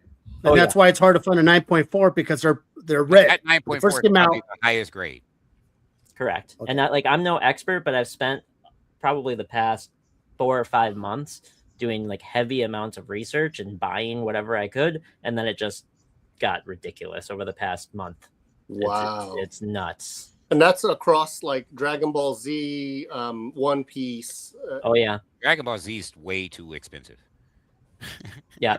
I mean, Dragon Ball Z is that's considered probably the Grail, is the first like weekly Shonen Jump of Dragon Ball Z, or Dragon Ball, which is issue 51, I believe, from 1984. I mean, Wow. even the very can't few remember. Dragon Ball actual comic iterations. Go on eBay and try to find them. Well, They're the crazy. Dragon Ball preview book, which had it's a flip book. I think Viz Media did them, so it's a First standard right? comic book, but Dragon Ball's on the front, and then on the back it's a flip book, so then it's Dragon Ball Z. That preview book just sold for $13K in a 9.8. Yeah. Holy Sam man! and I A were year looking at getting ago, like the when I first was- Precita, like last year we were talking I about was that. I was searching for that particular book last year, and it was only like a $1,500 book. I kick myself for not Yeah, we both were looking buying at it. it. I was at the shop and you called me and we both So looked at it. bad. Yeah, now it's not. I regret 1,500 not getting one. It's not 1,500 now, and it was just last You know, year. but it does go to show though, and I go, Chris, I would love to get your take on this because we were talking about the Absolute Batman earlier. It does go to show though that like if you're chasing FOMO, you're least likely to get the deal or an investment rather than if you're reading, because you're looking at what Sam's showing us now. These are magazines. Nobody's taking care of them. They're reading them weekly, throwing them in a corner, and those are the ones now that everybody's coveting and looking for. And meanwhile, you know, to your point, not to knock Absolute Batman or anything, but if you're looking to get books just for value, for the price, and you know maybe to make some money on it, that's probably where you're not. You're going to end up getting fleeced because you're going to spend the top dollar. I don't know. Do you think that or you know? It depends. I mean, you know, I just inherently disagree with the term FOMO as a pejorative. Like, what drives collectability is not what drives, but a major ingredient in what makes something collectible is FOMO. It's a necessary ingredient. And yeah, that's if it wasn't good, why would you want it? Right. I mean, you wanted that toy when you were a kid. You didn't want to miss out on that Optimus Prime toy. You know what I mean? Go ahead, Chris. The idea of wanting it, it doesn't necessarily have to be good to want it. You could be, when you're caught up in the community and you're seeing everyone talk about it, you're gonna want it because you think you need to have it.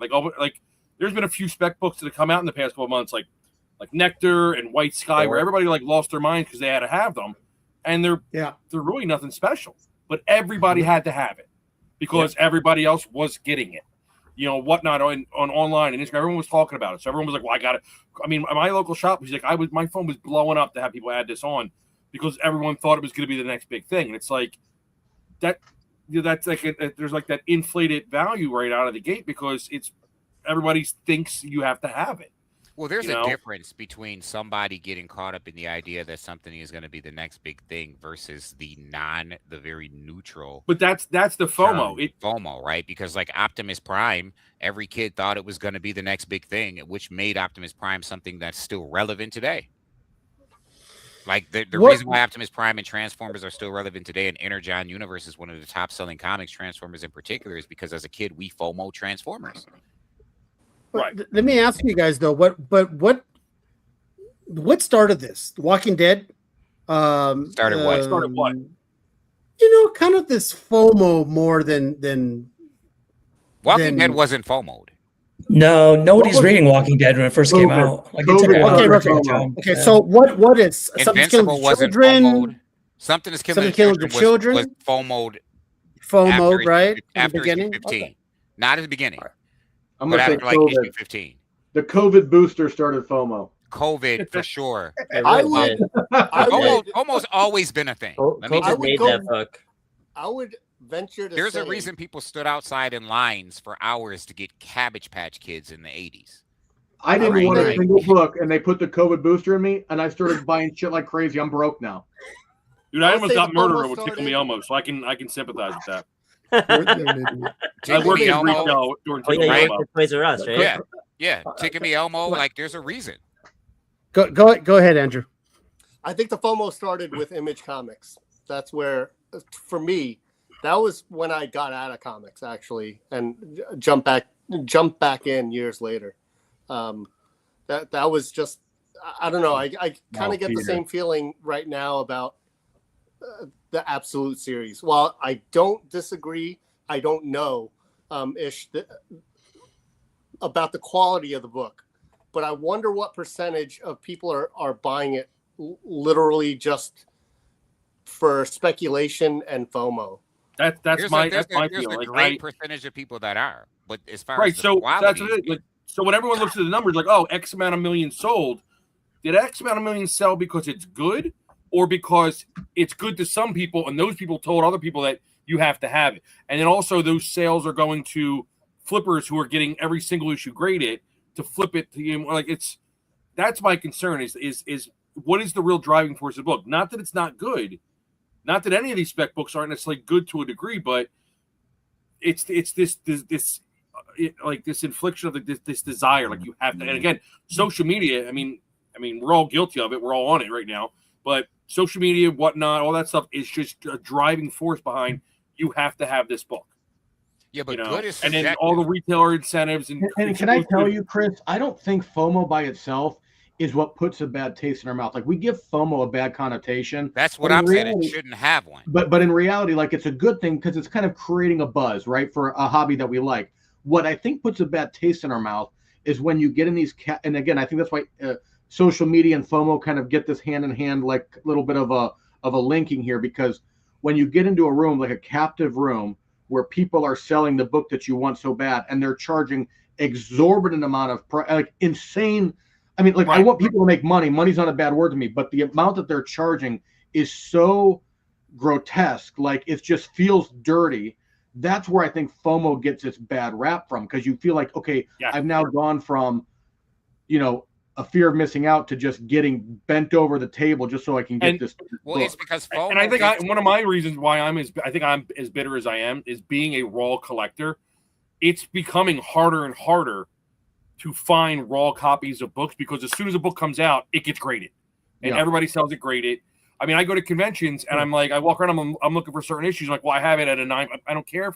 I don't want to pay the slab tax of having to get a book and pay the inflated price because it's graded. And that seems to be, that's the thing for me right now. And again, it's an own personal bitterness of my own, but that's everyone. It seems like that's what everyone's priority. Take this new book that's supposed to be really hot, grade it, and that's how you can only get it. So here's the thing, right? Because you're not wrong, but and to Dan's point, and which is my ultimate point, FOMO by itself is a very neutral term. It's just neutral, right? It's not bad. It's not good. It just is what it is, right? Mm-hmm. Now, it's how it's used. What's driving it, right? So there's a difference when somebody manipulates the market to create a false sense of this thing that we call FOMO, right? Which you have a lot of people doing that. Or when people price people out of the market to create a sense of this thing called FOMO, right? And it's sometimes hard, right? The lines get blurred. It's sometimes hard to tell the difference, right? And you have to really look at metrics. And we're going to use Absolute Batman again as an example, right? The metrics say that while Absolute Batman may be pushed on some level by a small sense of FOMO, if you go back to number 1, right? Sam can attest to this. For most of 2025, you could get number 1 for $40. Right? Like you could literally get number 1 for 40, but it wasn't around till around issue 7 when that thing just started going crazy. And there wasn't enough supply to meet demand. We did the metrics on this, right? Like if 500,000 people read Batman, well, they only sold 400,000 copies, right? Plus, I think those numbers are wrong too. And then if 100,000 people, let's say 50,000 people came to the medium specifically for this book because they heard about it, never read a comic, just heard about it because of the FOMO buzz, but these people actually want to read it. Well, now they come in the shops and they can't get it because it's gone, because a percentage of the market, like you said, are operating under this negative thing that has driven FOMO. So it's now gone. Went back to print 14 times and all of those prints sold out. Sam, sold out. A lot of that is one. Do you think the realistic number's higher or lower than that? I think it's lower. Wow. Well, yeah. And you got to keep in mind that this is what FOMO did. I'll tell you one of the negative aspects of FOMO that happened to Absolute Batman. Because people couldn't get A covers rule over everything. People started taking the other covers off to have A covers. Because the A cover is the most valuable cover. A covers always beat everything. All things being equal, A covers are the best cover to have, right? So people started taking the B's and the C's and the D covers. They take ratio variants. They take the cover off of a 1 in 50 to have a cover A. Oh, wow. I mean, week 1, after the 7-day period, that book was gone. You could not find Absolute Batman anywhere for under $20 a piece. But then it sat there, like Ish said, at $40 for quite a while. But, retailers were able to order, I believe at that time, a bundle of 25 for $25. But 27 at the time, they dropped it to 25. A ton of them still opted out because you look at what the last Batman relaunch did, and it was awful. And this And was untested. It was a it's not different off winning universe. more though. Did you see what that number 1 is doing right now? Hmm? Did you see what that number 1 of Batman that relaunch is doing right? It's not cover No, I price know, but anymore. I'm talking about go back to Rebirth, right? Yeah. Rebirth did not do well. They were burned by whatever the last reboot was before that, and this was something different. That Well, when you like, say it's a new opted out of the universe. bundles, it's also so just for y'all who don't know as retailers, right? Because he said, a lot of people opted out of the bundles. They'll do this, right? DC will randomly take a book and they'll say, okay, it's number 1. You can get the bundle 25 copies for $27, but you have to unlock it like a ratio variant, right? But the unlock rate is so stupid. And what I mean is, so say you want Absolute Batman number 1, 25 pack bundle for $27. The unlock for that will be you have to match or exceed your orders for Superman number 18. Well, if you have to match or exceed 90% of your orders for Superman number 18 to be able to unlock the ability to order as many copies of Absolute Batman number 1 bundles of 25 as you want. Well, if you ordered 300 copies of Superman 18, what's the point of ordering 90%? You already have, you already got to order 300 copies of Absolute Batman number 1 to be able to unlock these bundles. So that's dumb. But if you ordered 1 copy of Absolute Superman number 18, then you only have to order 1 copy of Absolute Batman number 1, and you can unlock as many bundles as you want for 25. So it's a really dumb process. It's so random. Sometimes I never qualify because like I can't order a bundle of Absolute Batman because I'm ordering 300 copies of every book. There's no point. If I have to match or exceed, there's no point for me to get the bundles. I was able to do it with Green Arrow, I think. Yes. But there's just no point. So that's why a lot of retailers opt out, because there's just no point. If I'm going to order 400 copies of the book anyway, because I have to, there's no point in me ordering these bundles. The dynamic dynamic lower, Sam. It's lower. Yeah. Well, look at Sam. I'm going to believe Sam think because it's lower. Why do you think it's lower? Because I think it was all inflated. You think DC inflated it? Mm-hmm. Yep, there we go. I can't argue because I couldn't. Conspiracy theories. I didn't sell out of Absolute Batman number 1. It wasn't until issue number 7 where all of a sudden people were buying my back issues. I didn't sell out of every. Listen, you just saw a couple months ago, I pulled out like 8 number 2s, first prints, and just sold them in a stream. You know what I mean? Like I wasn't selling out of every issue of Absolute, and I was selling it 2 for the price of 1. Every issue, I sell 2 for the price of 1. You know what I mean? And I didn't sell out of that book. Well, listen, just like that, we're already at the top of the hour. Past the top of the hour. And I always say that I was surprised we hit a couple of the topics. There's a couple of topics we weren't able to hit, and maybe we'll touch them next week.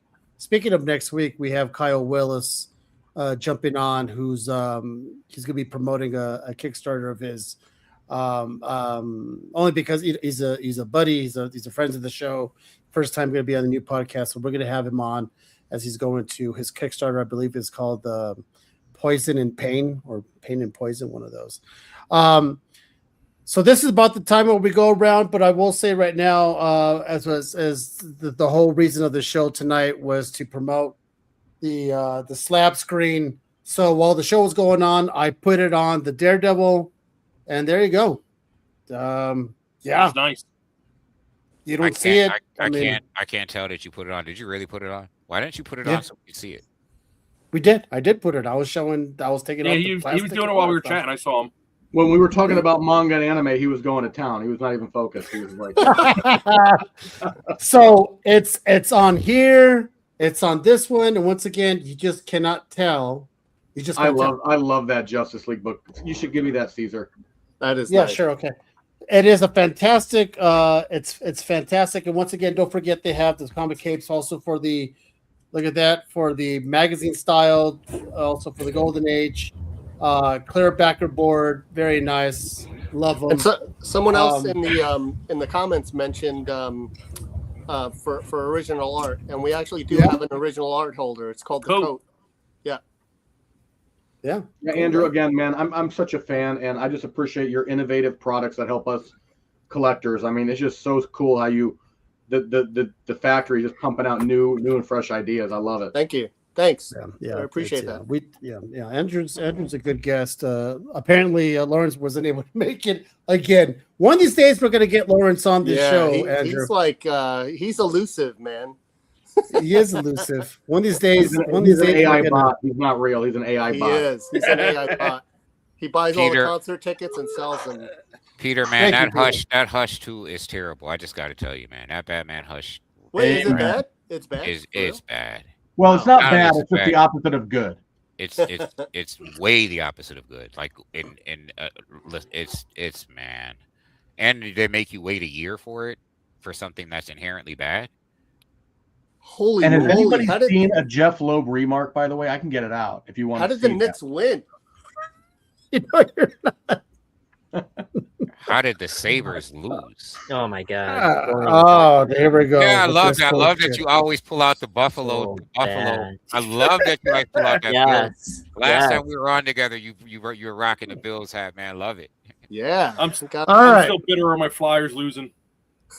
You're who? Flyers. Philadelphia Flyers, dude. Yeah. No, they're still a team. All right, so here we go. This is about that time where we go around and everyone starts pimping their wares. Let's go with the guy who has the least to pimp. Here we go. Why not? There you go. Oh, it's me. Oh, hello. Well, first of all, another amazing show. Guys, I just appreciate the conversation.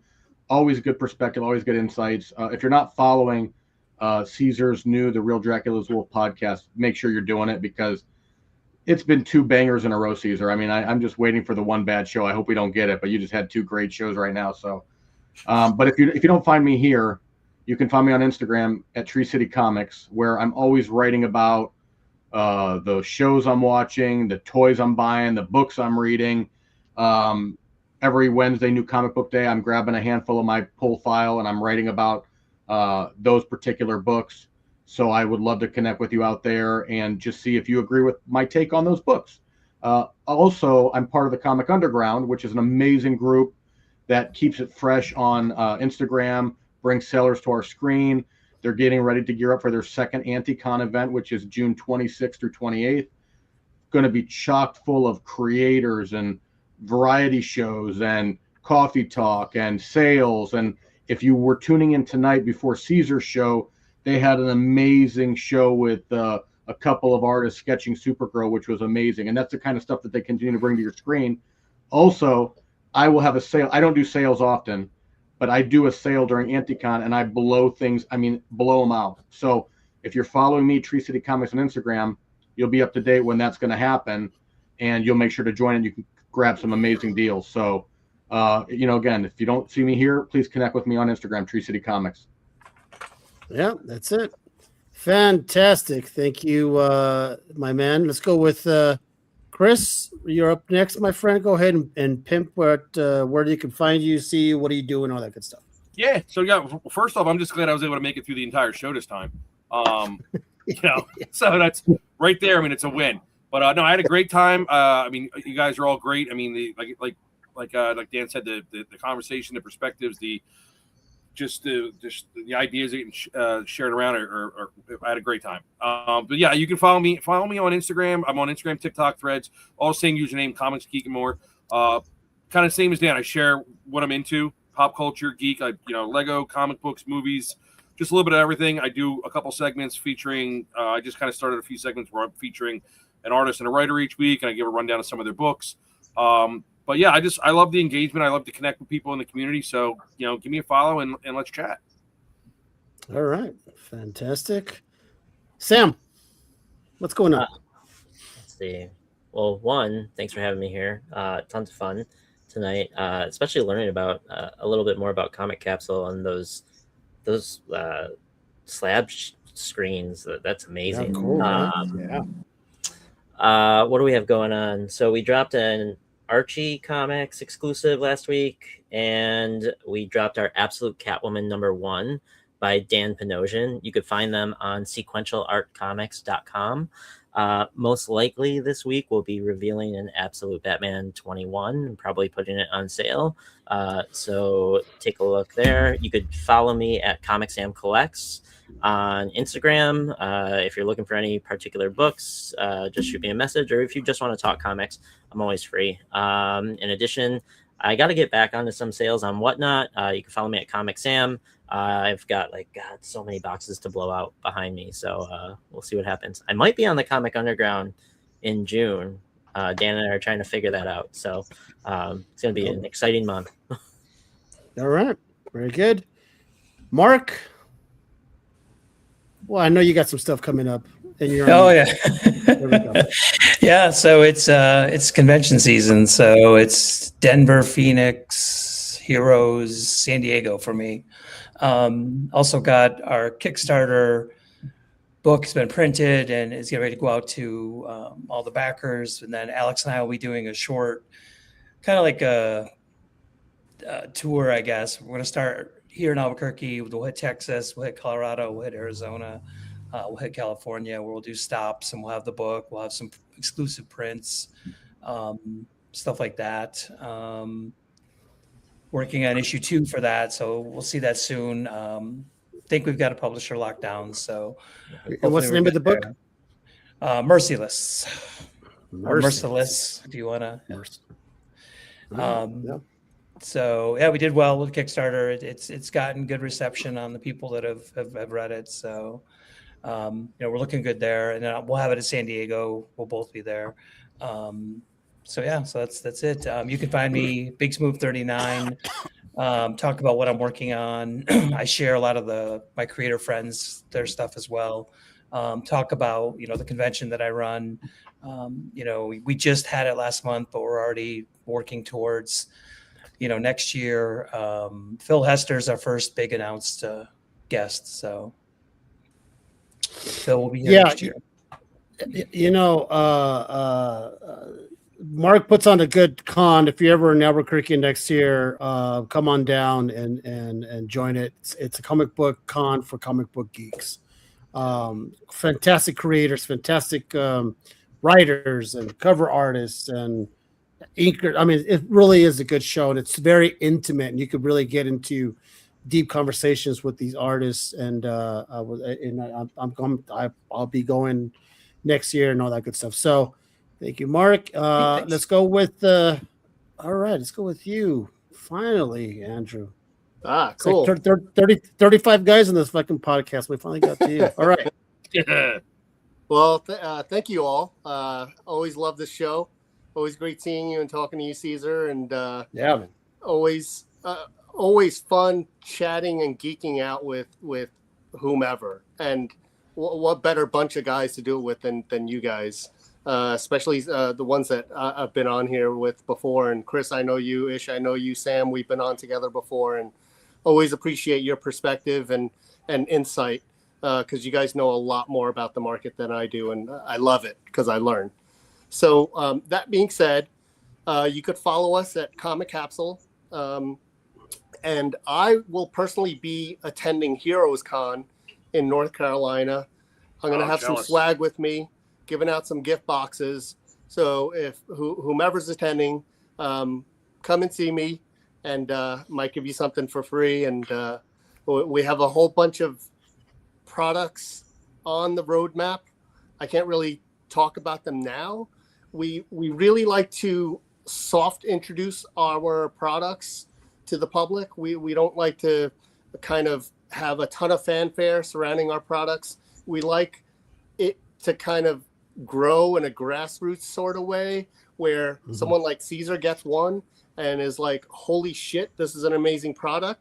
And then Sam looks at it and is like, wow, yeah, I like your product. So that's the way we operate. That's the way we roll.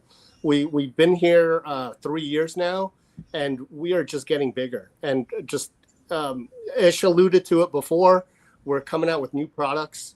And we just want to make stuff that we want to use as collectors. And if any of you have any cool ideas or just want to shoot the breeze with Lawrence or myself or anyone from the team, you could always email us at support@comiccapsule.com, and one of us will get back to you. and you're all free to contact me directly as well. So thanks for having me on, Caesar. Appreciate it. You got it, pal. This won't be the last time.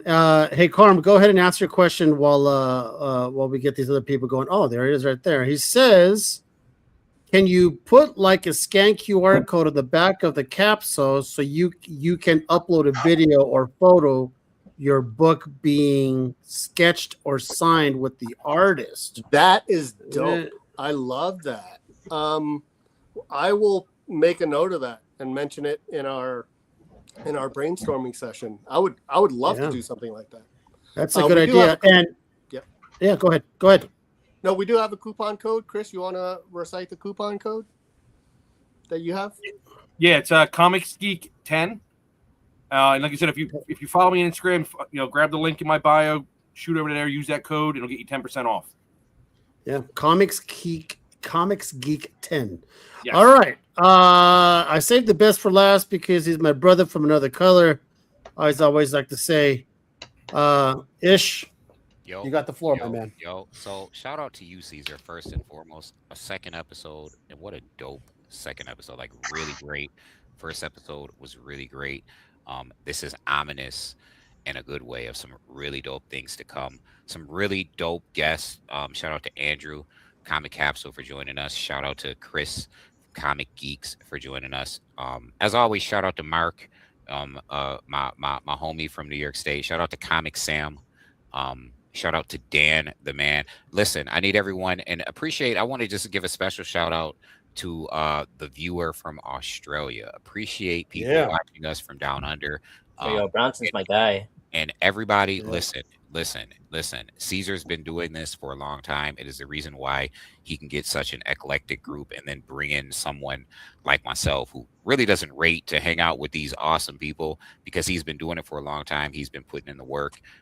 So I really want to give a shout out to Caesar. Really want to shout out the show. That's kind of what I wanted to spend this time doing, to really shout out the Dracula's Wolf podcast, and really hope you guys give y'all full support, man. Go over to the YouTube channel, follow on YouTube, follow the Real Dracula's Wolf on Instagram, follow Andrew from the Comic Capsule on Instagram. Like, what an innovative, creative guy who is contributing something great to our community. So please follow their social medias, buy something.